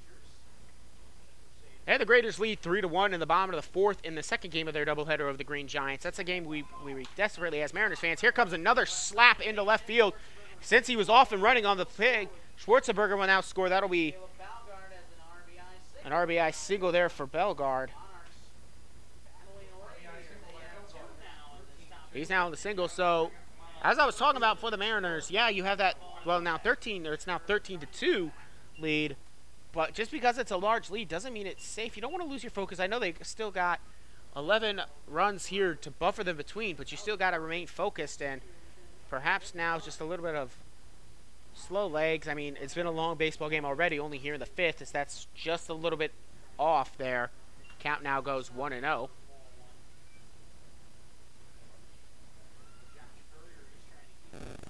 (13-2), and now Jordan Wagyu will step in. He is 0 for 2. Here comes the pitch. That one low and getting off the plate. They'll go ahead and send the runner to second. Hayes will throw over to second base, and he just gets there. Gets his hand just in time. Hayes almost lackadaisically tried to find that one under the legs of Nalaga, who did not help by just standing there. Almost maybe tapped it with his foot just a little bit, but that allowed the runner to go in there on the wild pitch. So Belgar is now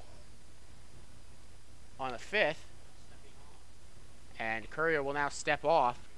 Still 13-2 with only 1 out, 2-0 the count here now to Nawagu. He's 0 for 2. Mariners going to try to get out of this inning now and limit the damage, but still up by 11. Here comes the 2-0 pitch. It'll be called a strike there, right there on the corner. Count goes 2-1 now. Mariners would really love to see the Green Giants drop their game here today, try to get some ground back in this one. But more importantly, it's the Saginaw game where they're tied at 3 with Lima. That's the team they're trying to catch to try to get into that third and final playoff spot. This one's tapped back down and then towards the third base dugout. Count now evens up at 2-2 to Nawagu, who's 0 for 2. It's now 13-2. Mariners on top here at home. Still have that 11-run deficit built, or 7-run lead rather, built up, trying to keep that as the Monarchs slowly try to claw themselves back into this at the top of the fifth. Bouncing out in front of the plate. Hayes digs that one out nicely. Count now 4-3-2.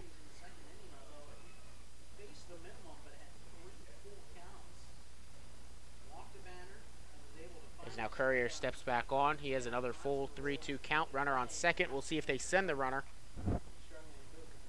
Here comes the delivery. Off the bat here, tapped over to third base. Only one play will be over at first. The throw is over, and just in time, Hicks gets it over to McCaw, 5-3, and they will hold the runner over at second in Caleb Bellegarde. There's now 2 away for Alex Lambo. He's 0 for 2. Most recently, back in the 4th, he lined right to the glove of Blake Crossing, the second baseman. He's also flown out to right. He now steps in, the right-handed batter, 0 for 2. Lambo, by the way, yesterday was 0 for 5. A couple of strikeouts as he swings there. That'll be 0 and 1. Alex Lambo, the man who attends Loyola Marymount, had 13 appearances with 6 starts, hit .296 with a .296 on-base percentage. As this one is again swung on and missed it in. Again, so Lambo down to the count now quickly, 0 and 2. Lambo did have 5 RBIs for his college this past season. Not a terrible freshman season. Didn't get a lot of playing time, certainly. That'll be a little bit low. Ball of 1, 1 and 2 now the count here to Lambo.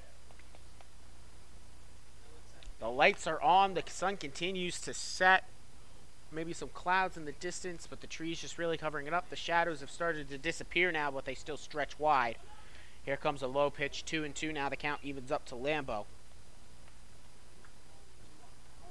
They've already scored 2 here in this inning, trying to claw back within single digits, but they're still down 13-2. Mariners trying to hold it there. Here comes the 2-2 pitch. Swung on and missed. Down goes swinging. It'll be the first strikeout of this inning, and the 3rd total in the game for Courier. Or correction, it will not be. Swung on and missed. Now the count is 2 and 2. I read the scoreboard wrong. Here comes the check back to second. Here comes the 2-2 pitch now. It'll be a high fly, elevated high fastball into center field. Lovely will get right underneath that one and just make the catch casually. So that will get the final out of this inning. Lambo does go down, but not before 2 runs score on a total of 2 hits. There were a couple of errors in this inning, and there was 1 man left on base. We now head to the bottom of the 5th. Mariners up 13-2 here on the Mariners Media Network. Don't go anywhere. I'll be right back.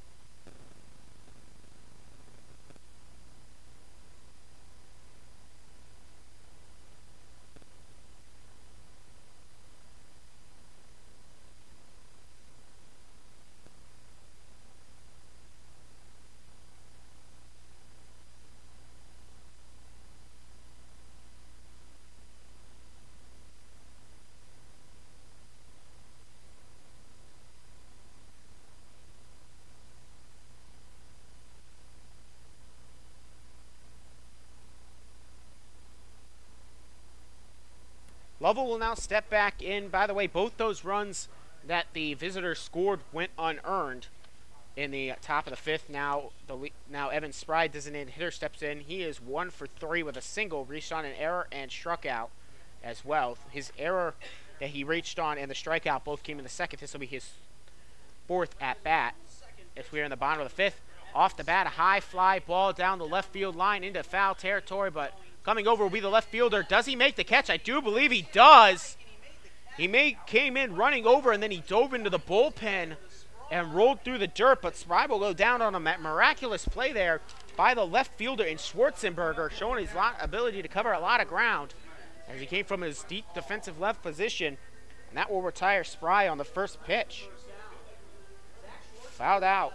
There, that'll bring up now Jake McCaw. As we now step in, he'll look at a first pitch there. Ball 1, 1-0 now. Here to McCall, a man who is 1 for 3 on the day with an RBI single back in the 2nd. Struck out looking and flew out to left as well. He only had 1 at bat in the 2nd, unlike most of the team. Here comes the 1-0 pitch to McCall. It'll be called strike one there. 1-1 now the count to McCall, the first baseman for the day. Also spent some time on third base and DHing. Here comes the 1-1 pitch. Swing and tapped back there. Count now goes to 1-2.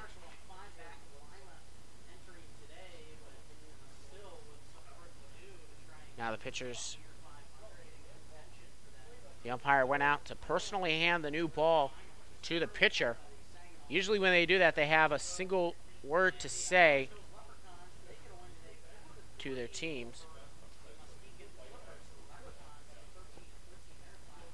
As McCall steps in, he's got a 2-1 count. Here comes the delivery. Outside. Ball 3. 3-1 now the count here to McCall from Lovell. Lovell now in his fourth inning of work. He came in and got all the outs, though he did allow 5 runs to himself. As this one is a nice swerve outside. That'll actually be ball 3 now. The count is full at 3-2. Scoreboard read wrong. Here comes the 3-2 pitch. 1 out to McCall. McCall rockets this one past the glove. No, it'll be scooped up there nicely by the shortstop. Will he be able to beat out the throw? He will. A great play there by McCall. The shortstop in Lambeau gave it all he could, but on the run he had to throw off his back foot farthest away he could have possibly been in the infield. It'll be an infield single by Jake McCall, his second base hit of the game. Then we got Chris Myers, a home run and a double. 2-run shot in the first inning, got the Mariners on the boards first. Then he drove in 3 runs on his double and a walk, so he's 2 for 2 with a walk. He's done a lot here today for the Mariners. Here comes the pitch to him. He'll look at a low one there. Ball 1 now 1-0 to McCall, or to Myers. This is the, by the way, second time that Lovell and Myers have faced off. Here comes the 1-1 matchup. This one 1-0 tap. This will be tapped down the third base line. That will go ahead and advance McCall to first, and that will retire Myers the first time he's been down here today. It'll go 1-3. Then I'll bring up Steven Fitzsimmons. He's 0 for 3. He's actually the only Mariner not to get aboard. And he's also the only one without a hit in this game. He'll be trying to change that, though, and join the rest of his teammates. Anybody who's been in this lineup has gotten aboard, and they've all hit as well. Here comes the first pitch to him. It's high. Ball 1. 1-0 to Fitzsimmons. Get you some updates from some scores around the major as well. Here in just a second, but we'll wait the 1-0 pitch from Lovell. Where's number 9? Here comes the 1-0 delivery. Just a little bit missing there on the outside part of the plate. 2-0 now the count here. Lovell to Myers. Well, the Indians must be a little bit angry with how their last couple of games have gone against the Reds, as in the bottom of the third, they are already up 11-0 over the Cincinnati Reds. That's in Cleveland. The Yankees have a 5-0 lead in Baltimore over the Orioles in the top of the 5th. The count now goes 2-1 as that one catches the plate to Fitzsimmons. Phillies and Mets tied at nothing in New York, bottom of the 5th. Fitzsimmons swings all the way through that one, getting nothing of it. Count goes now 2-2, 2 outs. Or as my friend Jacob, who's the voice of the Leprechauns, loves to say, deuces are wild here on the scoreboard. Here comes the 2-2 pitch. He'll be outside, 3-2. Now Fitzsimmons trying to get aboard here to be the 9th and final Mariner in the lineup to get aboard. And this one, Marlins and Brewers tied at 2 apiece down in Miami, bottom of the 4th. And the Cubs lost to the Giants in San Francisco 5-4 in 13 innings. Fitzsimmons swings and misses, chases a high fastball that will retire the side in this one. That is the second time he's struck out here today. He's 0 for 4. There's 1 hit, no runs scored, no errors, and there was 1 man left aboard. We now head to the top of the 6th. Mariners enjoying a 13-2 lead here, and Josh Courier will return to the mound to face the men due up in Robert Bell, Sean O'Keefe, and Keegan Watson. This is Mariners Baseball live on the Mariners Media Network. Don't go anywhere. I'll be right back.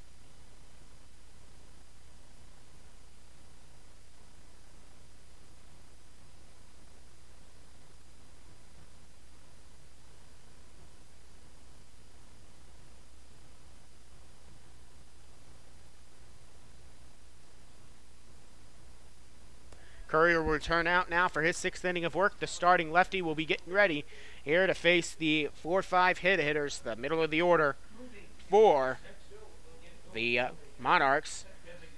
Designated hitter and cleanup man for the day will be Robert Bell. He's 0 for 1 with a walk in the second, popped out to second his most recent time up back in the 4th, getting his 3rd plate appearance. Mariners up 13-2 here at home, being able to finally find their rhythm here offensively, which has just all been working here in the early goings of this one. We are now in the 6th inning, just over an hour and a half into this one now. Here comes the delivery. That'll be now 2-0 quickly here, though, to Bell. Most of the runs came, though, in the bottom of the second. It was a 10-run bottom of the second. 2 of them came in the first on a home runner by Myers, and then Lovely got his 2nd home run of the game back in the 4th. It was a solo shot. That was the last run the Mariners have scored thus far. But they are up 13-2 now here at home. Here comes a swing and a miss here by Bell on a 2-0 pitch. 2-1 now the count here to the leadoff man and the designated hitter for Robert Bell. That's the leadoff man for the inning. He's in the cleanup hole in the lineup. Courier will deliver the 2-1 pitch. Called strike 2. Count evens up now at 2-2. A beautifully placed ball right there. 2-2 now the count. As now Courier tries to get ready and get this first out here. Here comes the 2-2 pitch. Just a little bit off the plate there. Ball 3, 3-2. Not missing by much was Courier there on that breaking ball. Courier now steps back on. The 3-2 pitch. Swung on and missed. Down goes swinging will be Bell. That'll be the first time he strikes out today. It'll be only the 3rd strikeout of the day for Courier. Not something we're not accustomed to seeing. He's much more of a strikeout guy than what we've seen here today. But he's gotten his out. He's got the lead. I mean, Courier with 18 strikeouts and only 9 walks. He's got coming into this game. Here comes now the first pitch off the bat, right to the first baseman and McCall, who will take it himself. And that on the first pitch will retire Sean O'Keefe, who is now 1 for 3 on the game. He had a single in the 4th and struck out swinging. And there's now 2 down for the Monarchs to bring up an 0 for 2 man, and Keegan Watson flew out to center his last time up back in the 4th and grounded into a double play back in the 2nd. 6-4-3 was that double play. Here comes number 28, O'Keefe. Or correction, Watson. He looks at a strike there. Now the count goes 0-1, 2 outs, nobody aboard. 13-2 the score. 14 hits for the Mariners, only 4 for the visiting team. 2 Mariners errors, only 1 on the visitors, though. That's one a little bit low there on that pitch. Count now goes 1-1.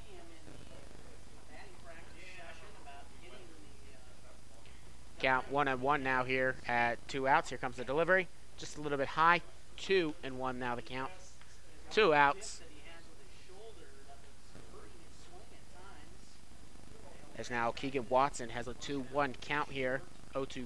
He is on the day. He swings and taps that one back to the screen. Count now evens up at 2-2 with 2 outs. Nobody aboard. As the Mariners trying to get through this inning in order and give as they're trying to get, just get as many innings as they can out of the starter. He's in good position, has plenty of room to work with. This one is swung and just fouled back and out of play. Count holds at 2-2. But if you're the Mariners, you can't complain certainly what you've gotten out of your offense. Your starter has gone consistently, giving you pretty much as you could ask for.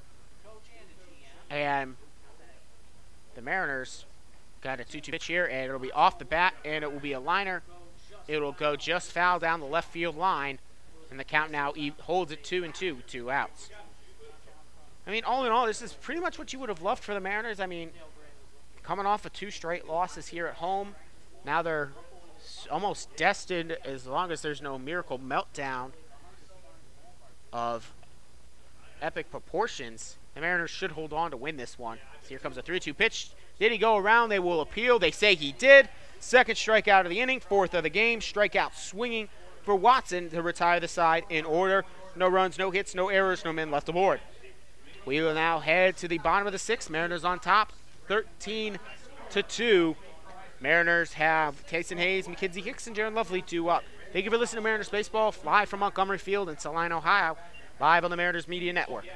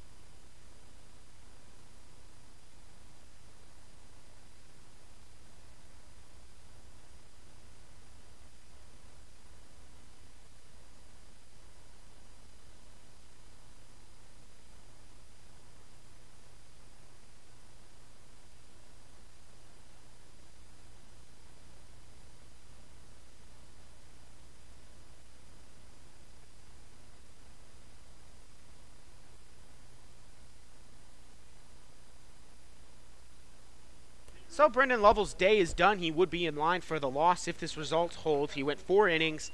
He gave up 6 runs, all of which were earned, 6 hits, 1 walk, and 6 punch-outs. The new man on the mound is now righty Kyle Bischoff. Kyle Bischoff, a man who from Macomb, Michigan, attends the University of Toledo. On the season, this will be his 5th appearance. He is 0 for 2, 9 ERA, 5 innings pitched. He is the only man on this roster without a plus strikeout walk ratio. He has 5 strikeouts and 11 walks. Again, only pitcher on the staff who has walked more guys than they've struck out. And due up will now be Tyson Hayes, the first man he'll face. He looks at a ball 1 there on the inside. Again, it is 13-2. The Mariners on top here at home. They've done that on 14 hits and committed 2 errors as well.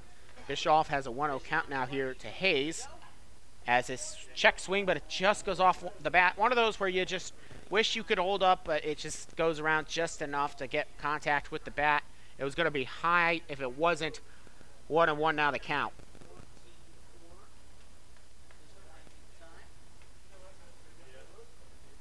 Here comes the 1-1 delivery. Hayes looks at a 1 low and outside. Count goes quickly 2-1 to the catcher. And now we'll go ahead and update you again on those scores from around the Great Lakes Summer League, specifically the ones that will be important for the Mariners as far as standings are concerned. Here comes the high fastball, not chasing this time and holding up on the swing is Hayes. Count goes 3-1 to Hayes. Again, Bischoff with those 11 walks, only 5 strikeouts. He's the only pitcher that there's the concerns about that with on the staff. 3-1 pitches, ball 4 as it misses a little bit low. Hayes will get a leadoff walk. Will be the 3rd time he gets a board today on board plate appearances. He's still 2 for 3 though. That now brings up a 1 for 3 man in Mackenzie Hicks. Singled in his first at bat and the second. Then in his second at bat in the second, he flew out to center. He also struck out swinging back in the 4th. Again, he is 1 for 3.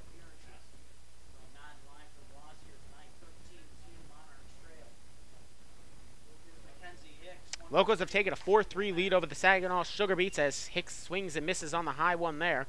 Count goes 0-1 quickly.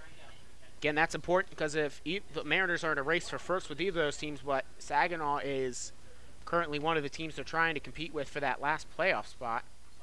Here comes a throw down to first. Getting back in times is Hayes. Again, catchers aren't known for their speed, but they also aren't afraid to run with their catchers a little bit here. They haven't done it much lately, but they have told me they are not afraid to run with their catchers here in Salina with the Grand Lake Mariners. That's now low ball 1 here to Hicks. Count goes 1-1. So anyway, Locos are leading 4-3 in Saginaw over the Sugar Beets. And also another important one for the Mariners to look at. The Clippers took a 6-5 lead over the Irish Hill Leprechauns in the top of the 5th. That's 6-0 to lead as this one is fouled back out and out of play by Hicks. Count goes 1-2. The Hicks in danger of striking out for the 2nd straight time here today. So really, neither the Clippers are kind of the team the Mariners need to worry about just a little bit more. Both those teams are right there on their tail, and actually only half a game out are the Leprechauns from the Mariners. So a win either there, you can just kind of take that one as it is. Still, the Mariners win here today as count now continues to hold at 1-2. No outs here as Hayes is aboard. Here comes a throwback to first. Hayes gets back in time. As again, your playoff standings or your division standings look like this for the North. 16-10, Lima Locos lead the division. Actually, they're tied with the St. Clair Green Giants, who have a 17-11 record after winning their first game of the doubleheader. As a 1-2 pitch there is low and away. 2-2 now to count here to Hicks. Then the Sugar Beets are a game and a half out, but they're also a game over the Mariners. The Sugar Beets do have the tiebreaker as far as record against Lima is concerned, is the first tiebreaker there. The Mariners and Sugar Beets are tied at 1-1 apiece as far as head-to-head matchups. So the next tiebreaker would be whoever against self-division, in which it would be then going to the first place team, which is Lima. Mariners are 0-2 against Lima. Sugar Beets are 2-1 against Lima, but they are in danger of falling. Are in danger of falling to 2-2. Step off here by Bischoff. Count full to Hicks. Then the Mariners are a game out of that final playoff spot in the North. Still plenty of time, though. They're only a game out at a 14-13 record, trying to get back. Payoff pitch is another walk here as Hicks takes the low one that just slightly bounces. So back-to-back walks here. There's nobody out. That brings up Jaron Lovely. He's a man who is 2 for 2 with a couple of home runs in his last 2 at-bats and a walk. He had a 2-run shot in his second at-bat in the second and a solo shot with 1 out back in the 4th. And Jaron Lovely will be trying to do much of the same as Bischoff tries to get to him for the first time here today. Galleon Graders hold a 3-1 lead on the top of the 6th over the Green Giants. That's, again, a game that will only go to 7 per doubleheader rules. The Green Giants drop that one, and Lima wins theirs. Lima gains their lead back, and Mariners can draw within a game and a half of the Green Giants if they hold on to win this one. Back here live in Salina, Ohio, Donovan Mann, the voice of the Mariners, as Jaron Lovely swings through the pitch there. He was thinking home run number 3 right that one. But the count now goes 0-1. His bat has absolutely caught on fire. In fact, he's had to get a new one because the other one is too busy smoking in the dugout right now. Here comes an 0-1. 2 aboard, nobody out. The 0-1 pitch is a high swinger, but it'll go foul into the left field. And the count quickly count the 0-2 now to Lovely. A man who can work with 0-2 pitches. A man who has actually driven out a couple home runs on less than favorable hitting counts. As he now steps back in, batting left. 0-2 the count, nobody out. Runners aboard at second and first, both were walked. Here comes the 0-2 pitch. Bouncing out in front of the plate, and Hayes did not want to run.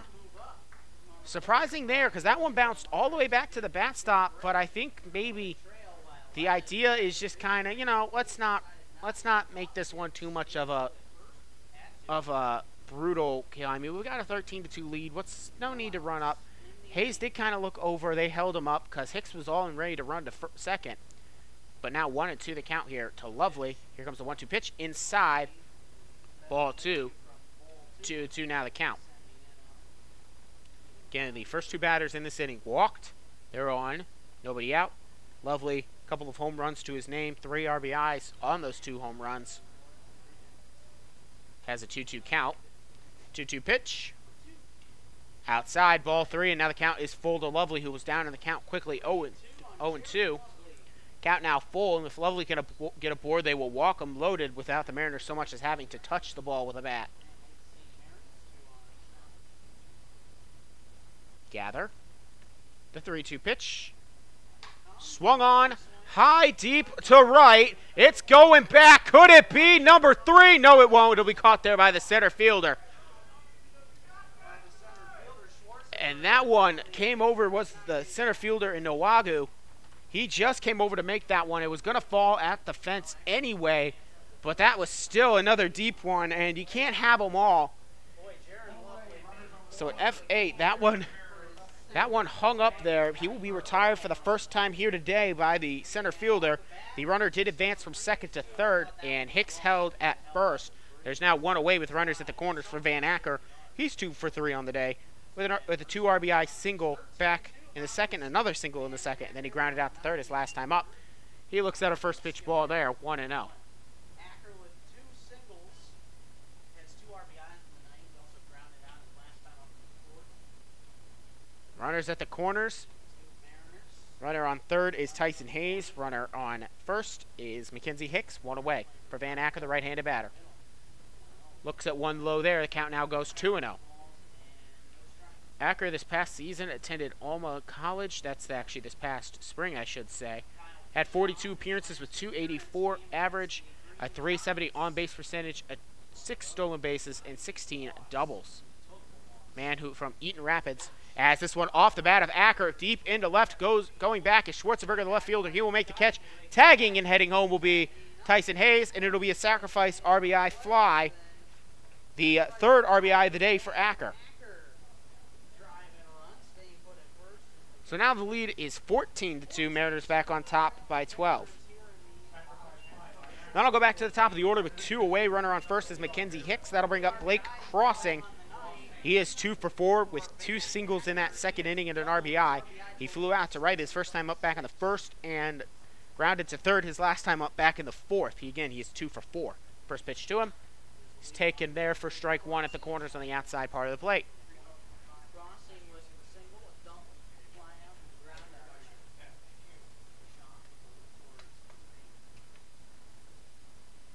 Throw back to first. Hicks dives in safely. First and nothing going on, no tag fly by Brendan Lovell and throw over 80 pitches. As now stepping back on here will be the new pitcher in Bischoff. Again, he came in to start this inning. This one bounces out in front. They will go ahead and send Hicks over to second. He'll go in there with a semi-trot.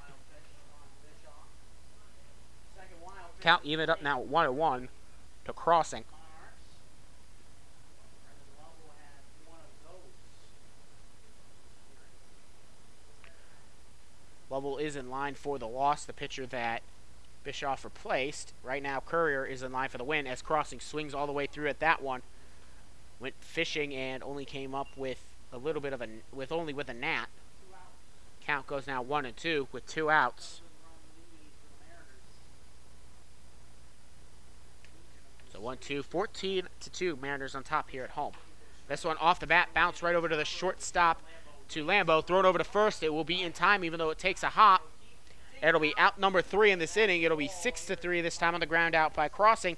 But they do get one more to cross the plate on the no hits, no errors, and the one man was left aboard. Van Acker brought in the run via the sac fly. Tyson Hayes was the scorer. We now head to the top of the 7th. Mariners on top 14-2 now. For the Monarchs, it'll be Griffin Mazer, Will Prater, and Zach Schwarzenberger. Thank you for listening to Mariners Baseball live on the Mariners Media Network. Don't go anywhere. I'll be right back.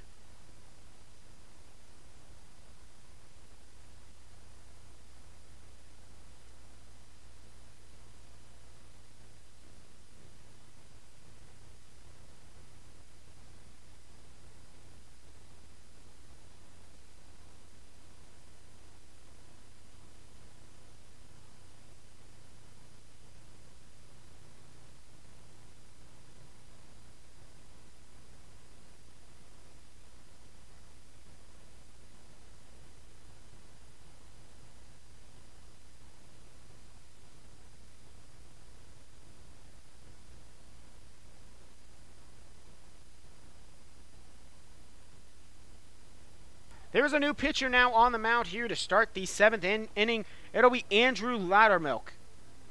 Andrew Loudermilk now pitching for the Mariners. Wearing number 14, right-handed pitcher. Josh Courier went a total of 6 innings. He gave up 2 runs, neither of which were earned. 4 hits. He struck out a total of 4 batters. And his day is done with just 2 walks. So 4-2 his strikeout to walk ratio. Andrew Loudermilk, the man who steps now on, this will be his 7th appearance of the season. He's 0 for 1 for the Mariners with a .337 ERA, 8 innings pitched, 2 extra base hits, 4 strikeouts to 1 walk. Man from Pearland, Texas, attended Texas Permian Basin this past season, where he had 18 appearances. He went 55 2/3 innings pitched and had a .695 ERA with 6 home runs he allowed. He has not allowed a home run though yet for the Mariners yet this season, so perhaps something he's improving on. 0-1 as he gets the first man he faces in Griffin Mazer to swing and miss at a one that bounced out in front of the plate. 14-2, the Mariners on top here at home. As the lights continue to set, we are now just about 2 hours into this. Mazer calls timeout. Again, Mazer is 0 for 2 with a couple of high fly balls that got him out. First one didn't leave the infield. The second one did. It went out to right field where Fitzsimmons made the catch. 0-1 count now, and Mazer will call timeout number 2.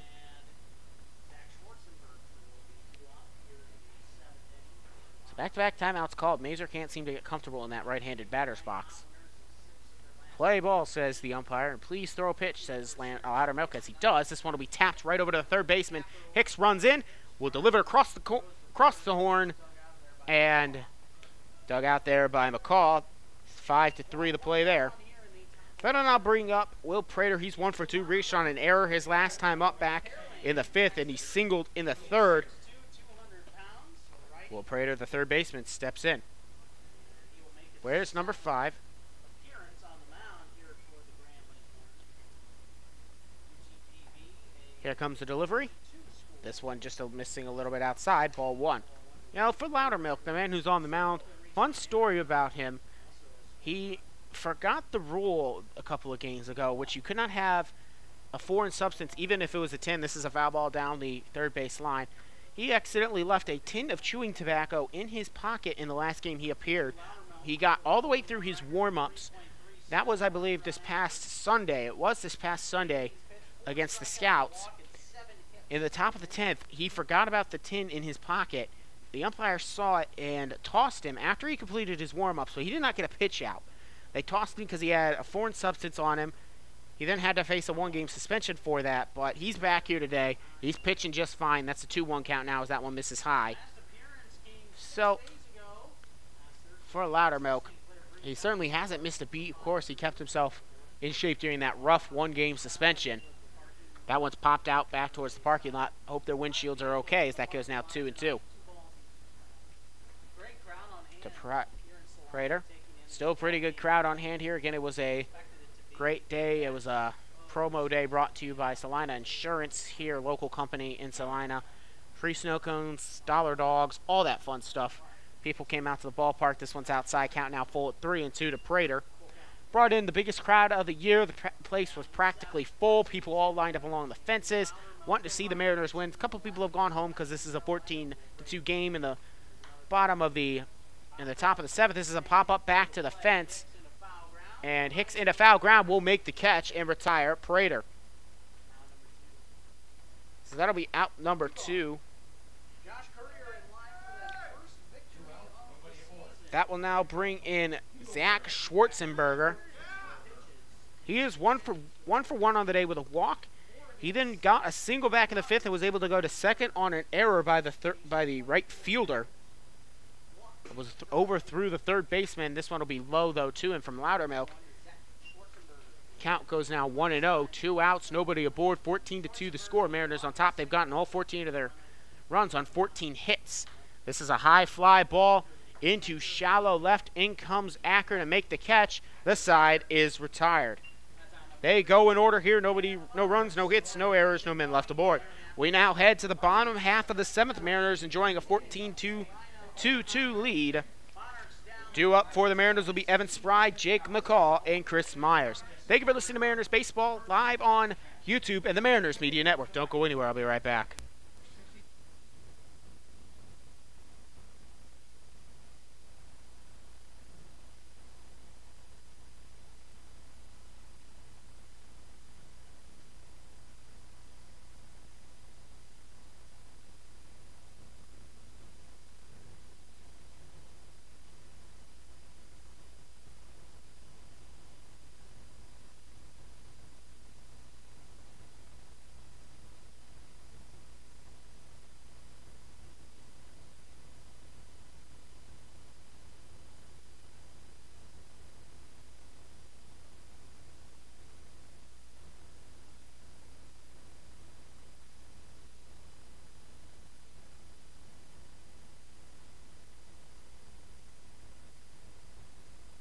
So it'll be Bischoff to return to the mound here for his second inning of work. He went through the entire bottom of the 6th. He only gave up 1 run on a sacrifice fly by Van Acker. Van Acker now has 3 RBIs. Everybody in this lineup has actually gotten aboard here today now, except for Steven Fitzsimmons. He's 0 for 4. We'll see if he can't come up for his next at-bat. But due up first is Evan Spry, designated hitter. He is 1 for 4 on the day with a single in the first. He then reached on an error back in the second in his first at-bat, struck out swinging in his second at-bat in the second, and then flew out to left his last time up. He steps now in as the fastball is called ball 1. It actually just gets past the catcher into the backstop quickly. Bischoff again hasn't struck anybody out in this one, but he's walked a couple of batters. He actually walked the first 2 batters back in the 6th. 1-0 now the count now to Spry. This one again low, and this one bounces awkwardly off maybe the knee of the catcher, and then actually rolls back out into the infield. Count now quickly 2-0 here to Spry. Spry, again, had played a lot in the leadoff spot, but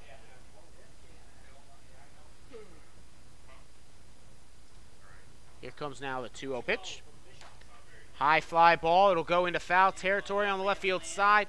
Comes over will be the third baseman to just make the catch. It had to be a reach back catch by Bellegarde.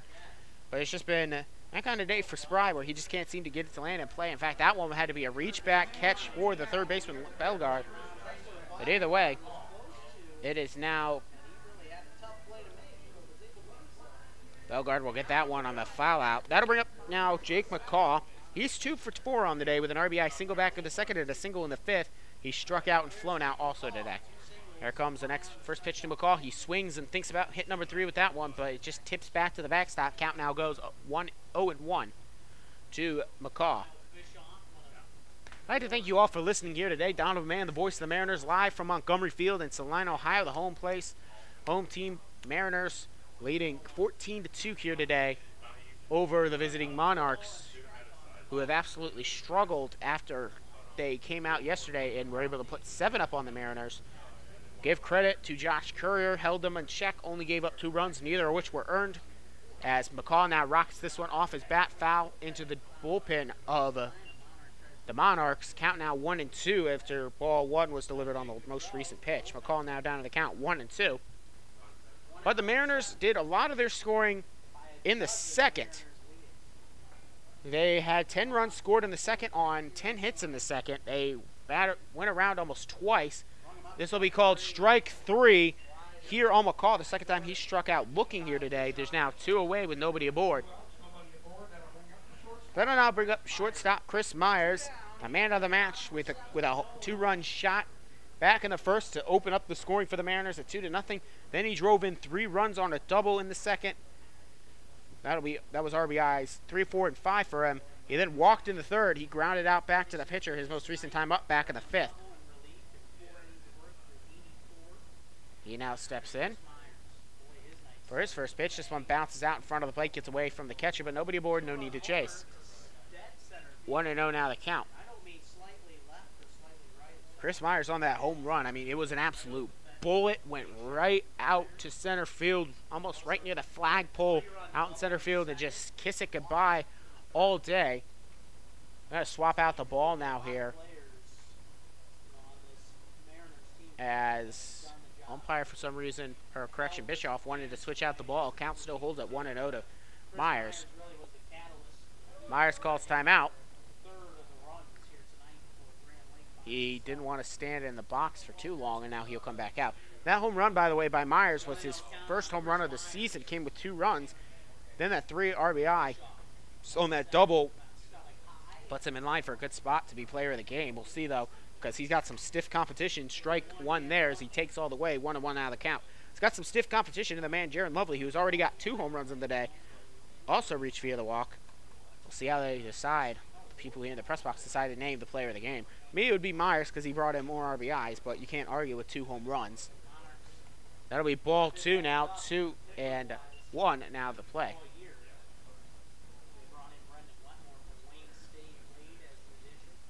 Here comes the delivery to Myers. He swings and taps that one back to the screen. Count now goes 2-2 with 2 outs. Nobody aboard. And, by the way, the visitors have also scored 2 runs. There's a lot of 2s on the scoreboard.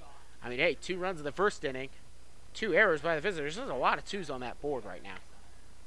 But now the 2-2 pitch to Myers. Swung on and missed down to the dirt. It will be down.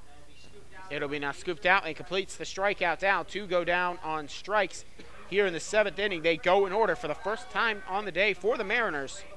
We now head to the 8th inning. Mariners still on top, 14-2. Don't go anywhere. This is Mariners Baseball live on the Mariners Media Network. I'll be right back.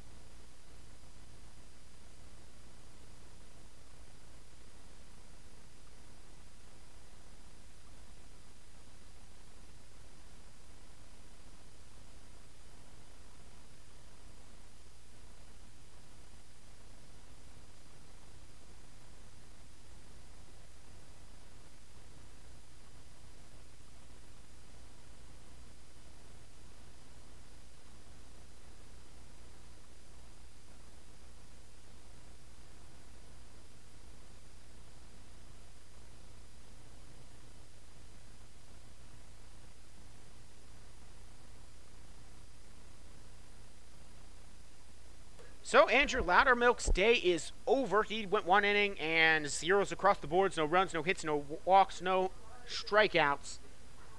He got them to go in order. Now we're going to see a new man to the mound for the first time this year. Evan Spry will come on. He was the designated hitter, so I believe that means they're going to sacrifice the DH now, perhaps. We'll see how they do, but they will bring Spry from the DH to now pitch. He'll be a right-handed pitcher. He now comes out for his second inning of work, or his first inning of work. This is the second time the Mariners have brought in an infielder to do some pitching. Last one was Chris Myers. I mean, he struck out all 6 batters he faced. Let's see if Spry can do that. But he's also got a tough competition as Myers did all his first inning. He did it on 9 pitches, 3 strikeouts on 9 pitches. Here comes the first pitch. It'll be outside. Ball 1.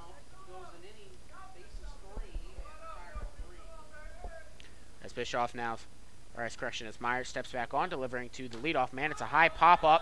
This will be in play.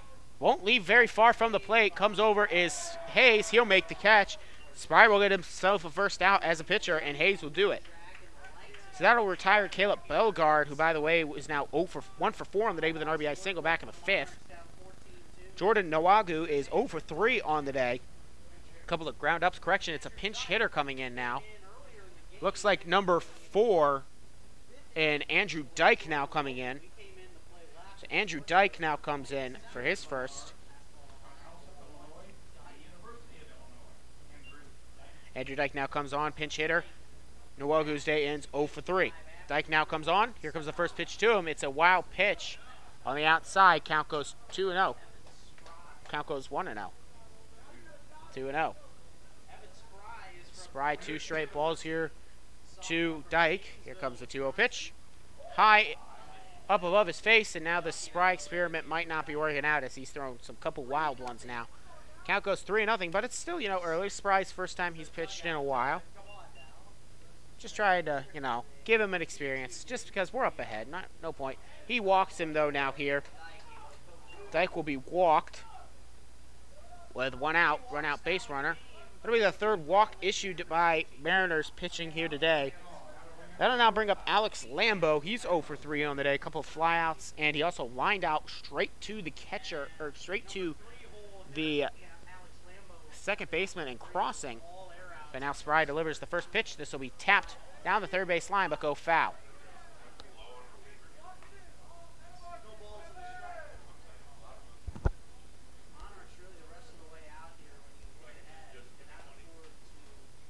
Monarchs 14-2 the score here. Spry on the mound, right-handed pitcher. Alex Lambo, right-handed batter. Here comes the 0-1 pitch. Bouncing out in front of the plate there. Count goes now 1-1.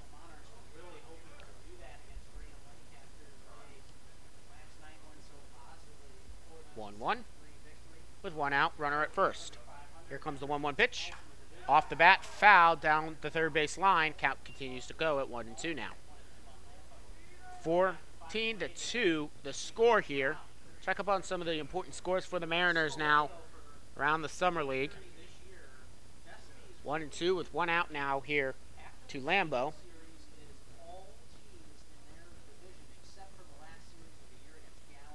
Here comes the delivery.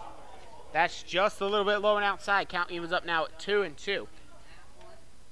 Graders and Green Giants in the top of the 8th are tied at 3.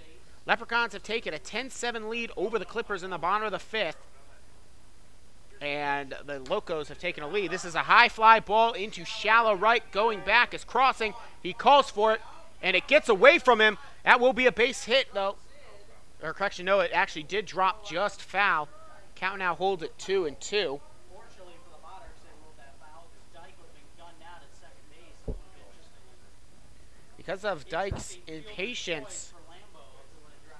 Patience at the plate to make sure that it did drop. He only ended up about halfway down the line, or not even halfway down the line. He would have been out on second if that one had been able to drop fair. So he would have been out and it would have eliminated the base runner. But now it's still 2-2 here to Lambo, who swings and misses. Ed Spry will get his first strikeout of the season. And now there's 2 away. Good job by Spry to just throw that by. the batter in Lambeau. That'll now bring up number 44 and a pinch hitter in Casey Slatery.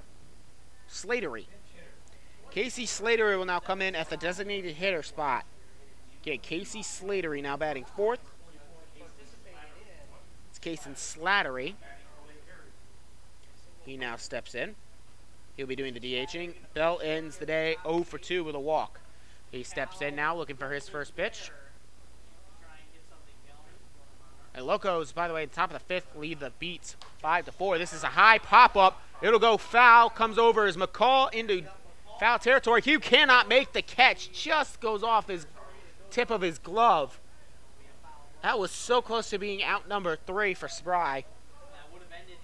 Would have retired the side here, but instead, it's only 0-1 to Slattery.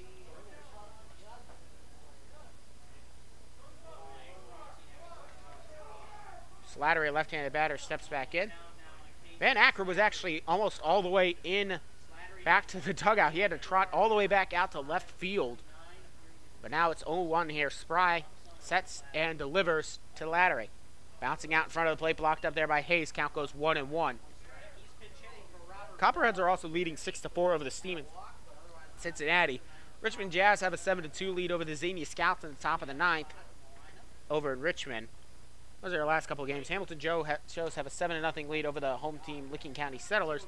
Count now goes 2-1 here to Slattery. Again, for the Mariners, they would love to see the Galleon Raiders beat the Green Giants, and the Locos Sugar Beets, you can root for it either way. Leprechauns and Clippers, either way, you can root for that one either, considering the rankings and all that. As long as the Mariners win here today, that game would be semi-irrelevant for how the standings would be for the Mariners. They would hold still at 4th with a win here today no matter what happens.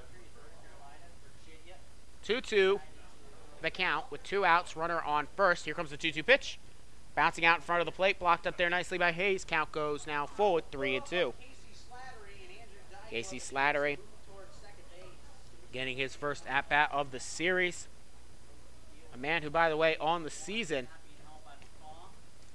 as the runner goes on the 3-2 pitch, it's bounced out in front of the plate. Count now walks the second batter. He's walked here on this, and that'll now get 2 aboard. They'll bring up Sean O'Keefe. Man who's 1 for 3 with a strikeout, looking, a single, and an unassisted ground out to the first baseman. He steps in. Here comes the delivery.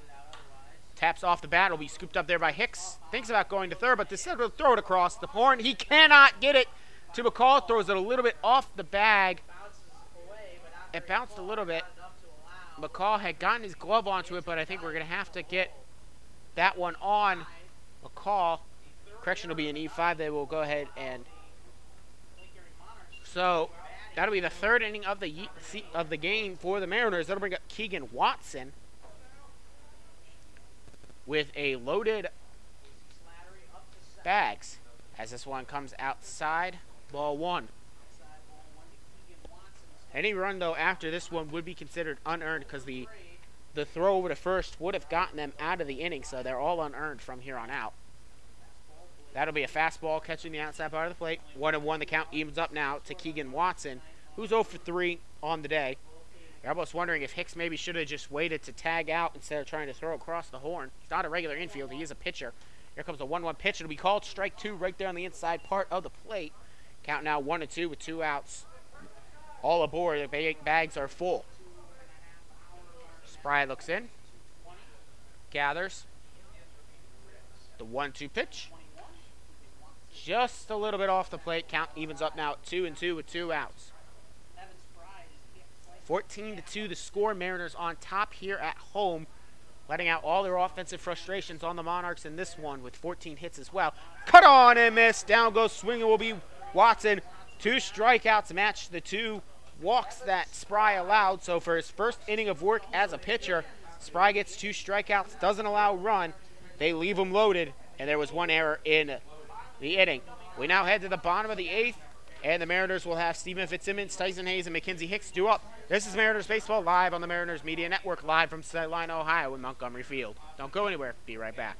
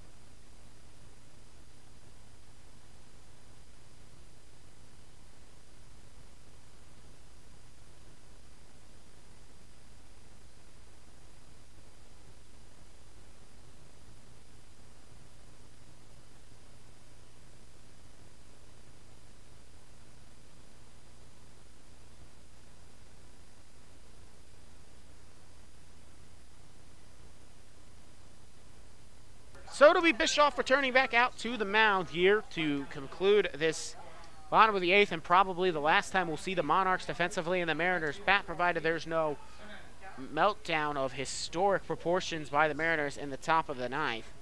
It'll be Mackenzie Hicks, the only Mariners hitter not to get aboard in this game. We'll see if he can't get aboard here against Bischoff as he leads off. Again, 14-2 Mariners on top here at home. Bischoff steps on. Fitzsimmons steps in, batting left. Again, Fitzsimmons is 0 for 4 with a couple of strikeouts here today. A couple of ground outs as well. Here comes the delivery. This will be outside. Ball 1, 1-0 now the count.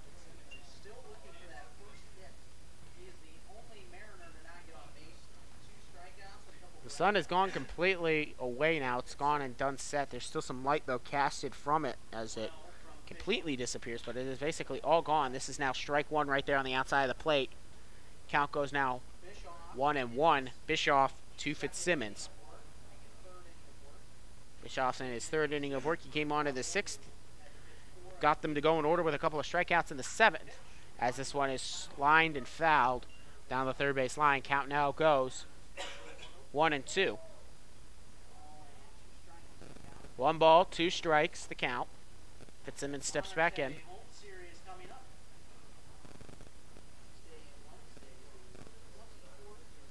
And this will be a swing and miss here by Fitzsimmons. He'll go down swinging. 3rd time he's struck it out today, and he will not get aboard in this one.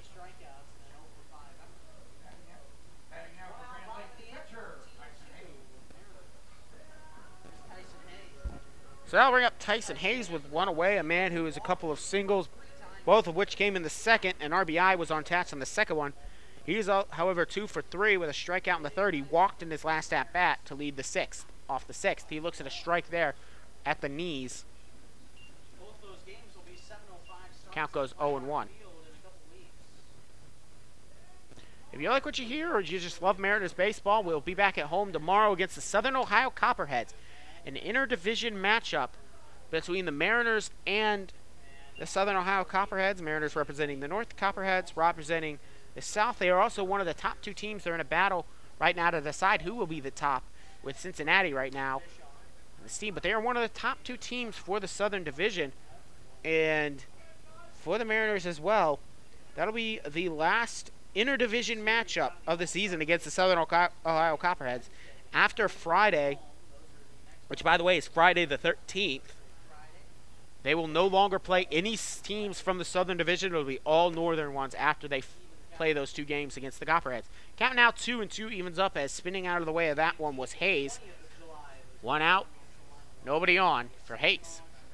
Walked it his last time up. Here comes the 2-2 pitch. Swung on and missed. Hayes goes down swinging. The 2nd time he strikes out swinging here today. That'll be 4 straight strikeouts for Kyle Bischoff. And with 2 away now, that'll bring up Mackenzie Hicks. He is 1 for 3 with a strikeout. Also, he also singled back in the 2nd, his first at-bat. Then he flew out to center, struck out in the 4th, and then walked in the 6th. So he is 1 for 3 with a single and a walk. Hicks looks at the first one there. It's 1-0. 14-2, your Grand Lake Mariners enjoying that lead here at home. Probably their biggest lead they've ever carried at home, as they try to hold on here to this one. 2-0 quickly here to Hicks. Mariners have done it on 14 hits too. That's the impressive part. Everything has been working for them from pitching.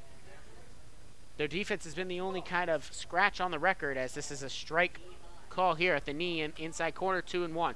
3 errors on the day for the Mariners is the 1 scratch on their mark. Other than that, it's been pretty much all you could ask for from the guys here today. Here comes the 2-1 pitch. Taking all the way on the inside will be 3-1. Hicks now has a favorable hitter's count.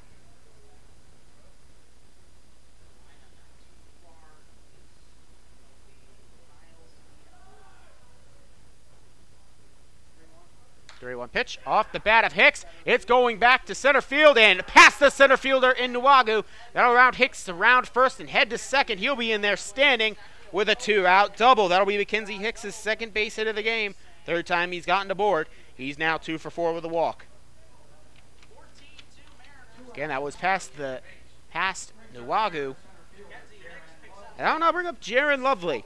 He has one last chance to try to get a third home run of this game and drive in a couple more runs. But I think with him, you just base it or just go out. I mean, you've impressed here today. You're 2 for 3. Your 2 hits are both home runs. One had 2 runs. One was a solo shot. You've also walked. I mean, not much more you could ask for from Lovely except maybe him try to hit for a cycle. But you're not going to get that. Not in this league, and this is not a triples ballpark by any means. We've only seen 1 triple in this ballpark, and it was in the last game from Justin Diaz. There's not much of a triples ballpark here. And so now here comes the first pitch to Lovely. He taps it back and out of play. Count now goes 0-1, 2 outs, runner on second. Making more of a case for 1A because this fly ball was almost all the way out of the ballpark the last time. And in the last time he was up, he flew out to center, but it was right there at the fence. It was almost gone as this one at his shoes zips past the catcher in Mazer. And they're going to go ahead and hold Hicks over at second. You know, they don't want to, they know they're going to win this. There's no point in trying to, like, run up the score. Just be sportsmanlike. Just let it go. 1-1. Here comes the delivery. Lovely pops this one back, high back, and out of play. Count goes 1-2. Some of the fans have filed out of the way and staying around to watch the rest of this ball game. Now approaching that aforementioned 2.5 mark. Here comes Lovely stepping back in, batting left. Almost at 2.5 hours of play now here from Montgomery Field. Taking there, ball 2-2. Now the count evens up. 14-2 the score. Mariners on top. They've done it on 15 hits. 2-2. 2 outs, 2 balls, 2 strikes. Hicks is on second. And we'll see what Lovely's got in store. Here comes Bischoff to gather. The 2-2 pitch. Checking his swing. It's down low. They'll appeal. Did he go? He did not. Count now full at 3-2 to Lovely.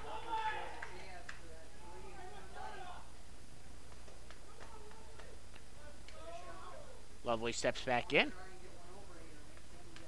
Bischoff gathers. There's nobody up in the bullpen, so it's going to be Bischoff to ride out the rest of this game. As this one is ball 4 taken there by Lovely. He'll get aboard for his 4th time here today on a walk. And now with 2 away, there's a runner on first now and a runner on second after Mackenzie Hicks' 2-out double and the walk by Lovely. Van Acker, no correction.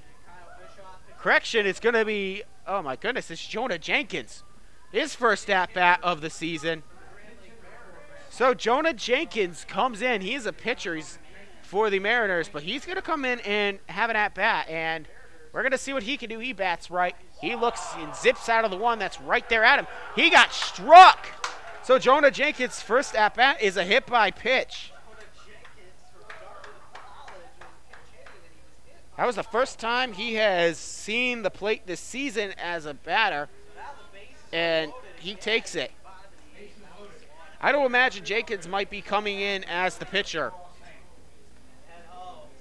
as well. That'll bring up Blake Crossing now, a man who is 2 for 5 on the day with a couple of doubles and an RBI.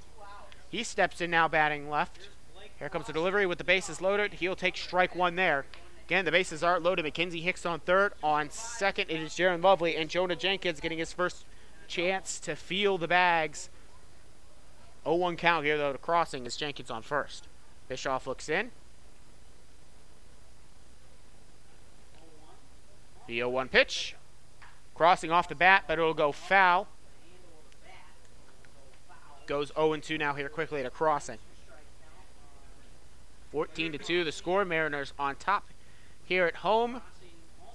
And the lights are on. They're the only real source of light for this baseball game. Fans have kind of filed out because of the nature of this one. A lot of them brought little kids for free snow cones outside. Ball 1, 1-2. A lot of them brought kids get their free snow cones for the day. And, you know, with a blowout, you just take the kids, go put them in bed. They don't have school tomorrow. It's not school night because it is the middle of summer, but they're still kids and they still need their sleep. Crossing takes this one in at the shoes. Count goes now even at 2-2 with 2 outs. Bases are full.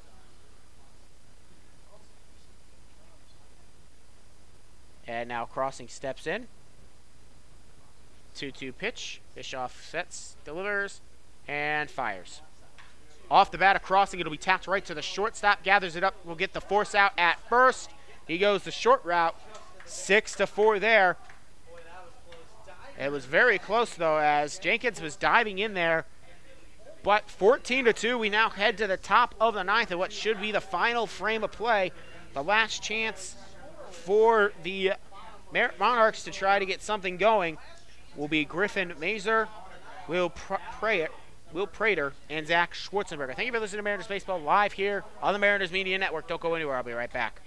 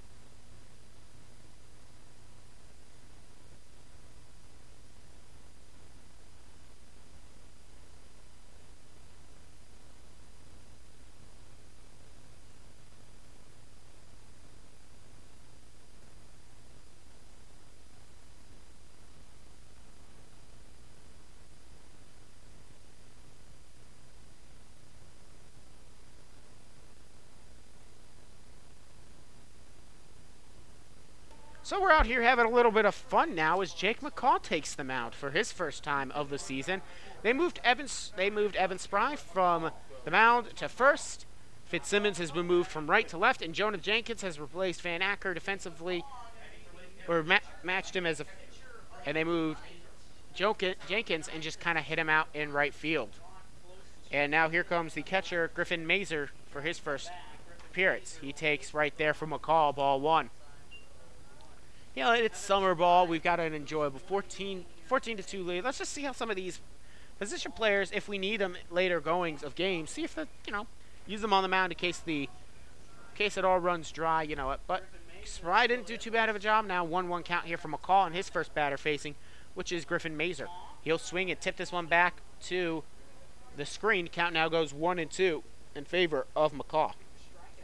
I mean, it didn't work too bad for, we already discovered something in Chris Myers. His head coach has also asked head coach Damon Hacker to, his head coach at college, I should say. Now the count evens up at 2-2 to Mazer.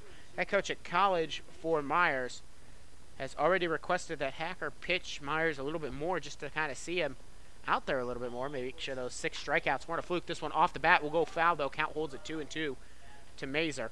So I'm sure we'll see Myers a little bit more pitching in this one. We might see McCall. We might see Spry. They might pitch me one time. Who knows? Count now 2-2. Here they deliver high right there at the face. He spins out of the way of that one. The count goes now full at 3-2 to Mazer. Actually, you wouldn't want to pitch me. I'd probably throw out my arm in 2 pitches. You have to take me. I need season-ending surgery. This one is high and at the face again. It'll be a leadoff walk. Mazer gets aboard for his first time here today. He was previously 0 for 3. He still will remain 0 for 3, but at least with a walk. That'll bring up Will Prater, the third baseman. He's the second baseman. He is 1 for 3 on the day. Reached on an error in the 5th as well. He's also singled back in the 3rd. He popped out into foul territory in the 7th. He cuts and misses on that one. Throwing it by him was McCall. Count now goes 0-1. McCall steps on. Checks in. Delivers. Just a little bit off the plate there. Count evens up now at 1-1. Again, the Mariners enjoying a 14-2 lead here at home. Most of their runs came in the bottom of the 2nd. They scored 10 in the 2nd. As this one tipped off. Jump play over. Thrown over to first for 1. Back to 2nd for 2. Back to first for 1. 2. They could not get the double play. But still, credit McCall there. He jumped up. Managed to turn around to 2nd and get the leadoff runner out. Tried to, and then And then Myers tried to go to first for 2, but they were unable to get him, so it'll be a fielder's choice, 1-6. And I'll bring up Zach Schwarzenberger. He takes the first pitch high, ball 1. 1 out. Schwarzenberger, by the way, he is 1 for 2. He had a single back in the 5th. He then reached second on an error by Fitzsimmons out and right. He also walked in the 3rd. He will swing and tip this one back to the backstop. Count goes even now to him, 1-1. We are past 2 hours and a half, almost 2 hours and 40 minutes of play here in the top of the 9th. Thought this one was going to go forever after that absolutely monstrous second inning by the Mariners. This is strike 2, 1-2 now, the count. But after that second inning, it's been pretty much easy going. A couple of other scores for the Mariners. They did get 2 across the plate. Both were unearned, though. As here comes the 2-0 pitch. Swung on and missed. Down goes swinging will be Zach Schwarzenberger. And that'll be the first strikeout of the collegiate summer career for McCall. And the last hope will be Caleb Bellegarde. He steps in. Here's 1 for 4 with an RBI single back in the 5th. McCall delivers the first pitch. High fly ball going foul, and it will actually just land fair. Just fair on the line there. That'll allow the runner to go all the way from first to home. So it'll be an RBI double for Bellegarde, and they bring back within 11. It is 14-3 on the RBI double, but still a very, very, very long road for the Monarchs to try to even have a sniff at this one. That'll be RBI number 15 of the year for Caleb Bellegarde. On the double there, he will go 2 for 4 with a couple of RBIs. That'll bring up Andrew Dyke now. He steps in. He does not have an official at-bat as he walked in his pinch-hitting appearance back in the 8th. He then went out to center field defensively. Andrew Dyke, right-hand batter against the right-handed McCall. Here comes the 1-0 pitch to him. It's swung on and missed. 1-1 now the count here to Dyke. Runner on second is Bellegarde. Not very fast of a runner. No stolen bases yet on the year. We'll see if they decide to run him. And now it is a 1-2 pitch down to the last strike. Are the Monarchs. Here comes the 1-2 pitch. Swung on and foul tipped back. Count holds at 1-2. Give him a call already with 1 strikeout. Did give up an earned run, though, which will drastically hurt his chances. I mean, just shameful that he would give up that earned run. Nah, it's okay. It's a 14-3 game. McCall checks back to second. The 2-1 pitch. 1-2 pitch. It'll be ball 2. Now the count evens at 2-2 with 2 outs. Still down to the last strike. And Andrew Dyke will have to face that pressure. 2-2 pitch. Delivered. Swung on and missed. That'll call the game. Ball game. 2 strikeouts here for Jake McCall. Your winning pitcher on the day will be Josh Currier. Gave up 2 runs. They were not earned in his 6 innings of pitch. 4 hits, 2 walks, 4 strikeouts. Your losing pitcher in this one will be Brendan Lovell. He gave up 6 earned runs on 6 hits in his 4 innings of pitch. He struck out 6 of them, walked 1.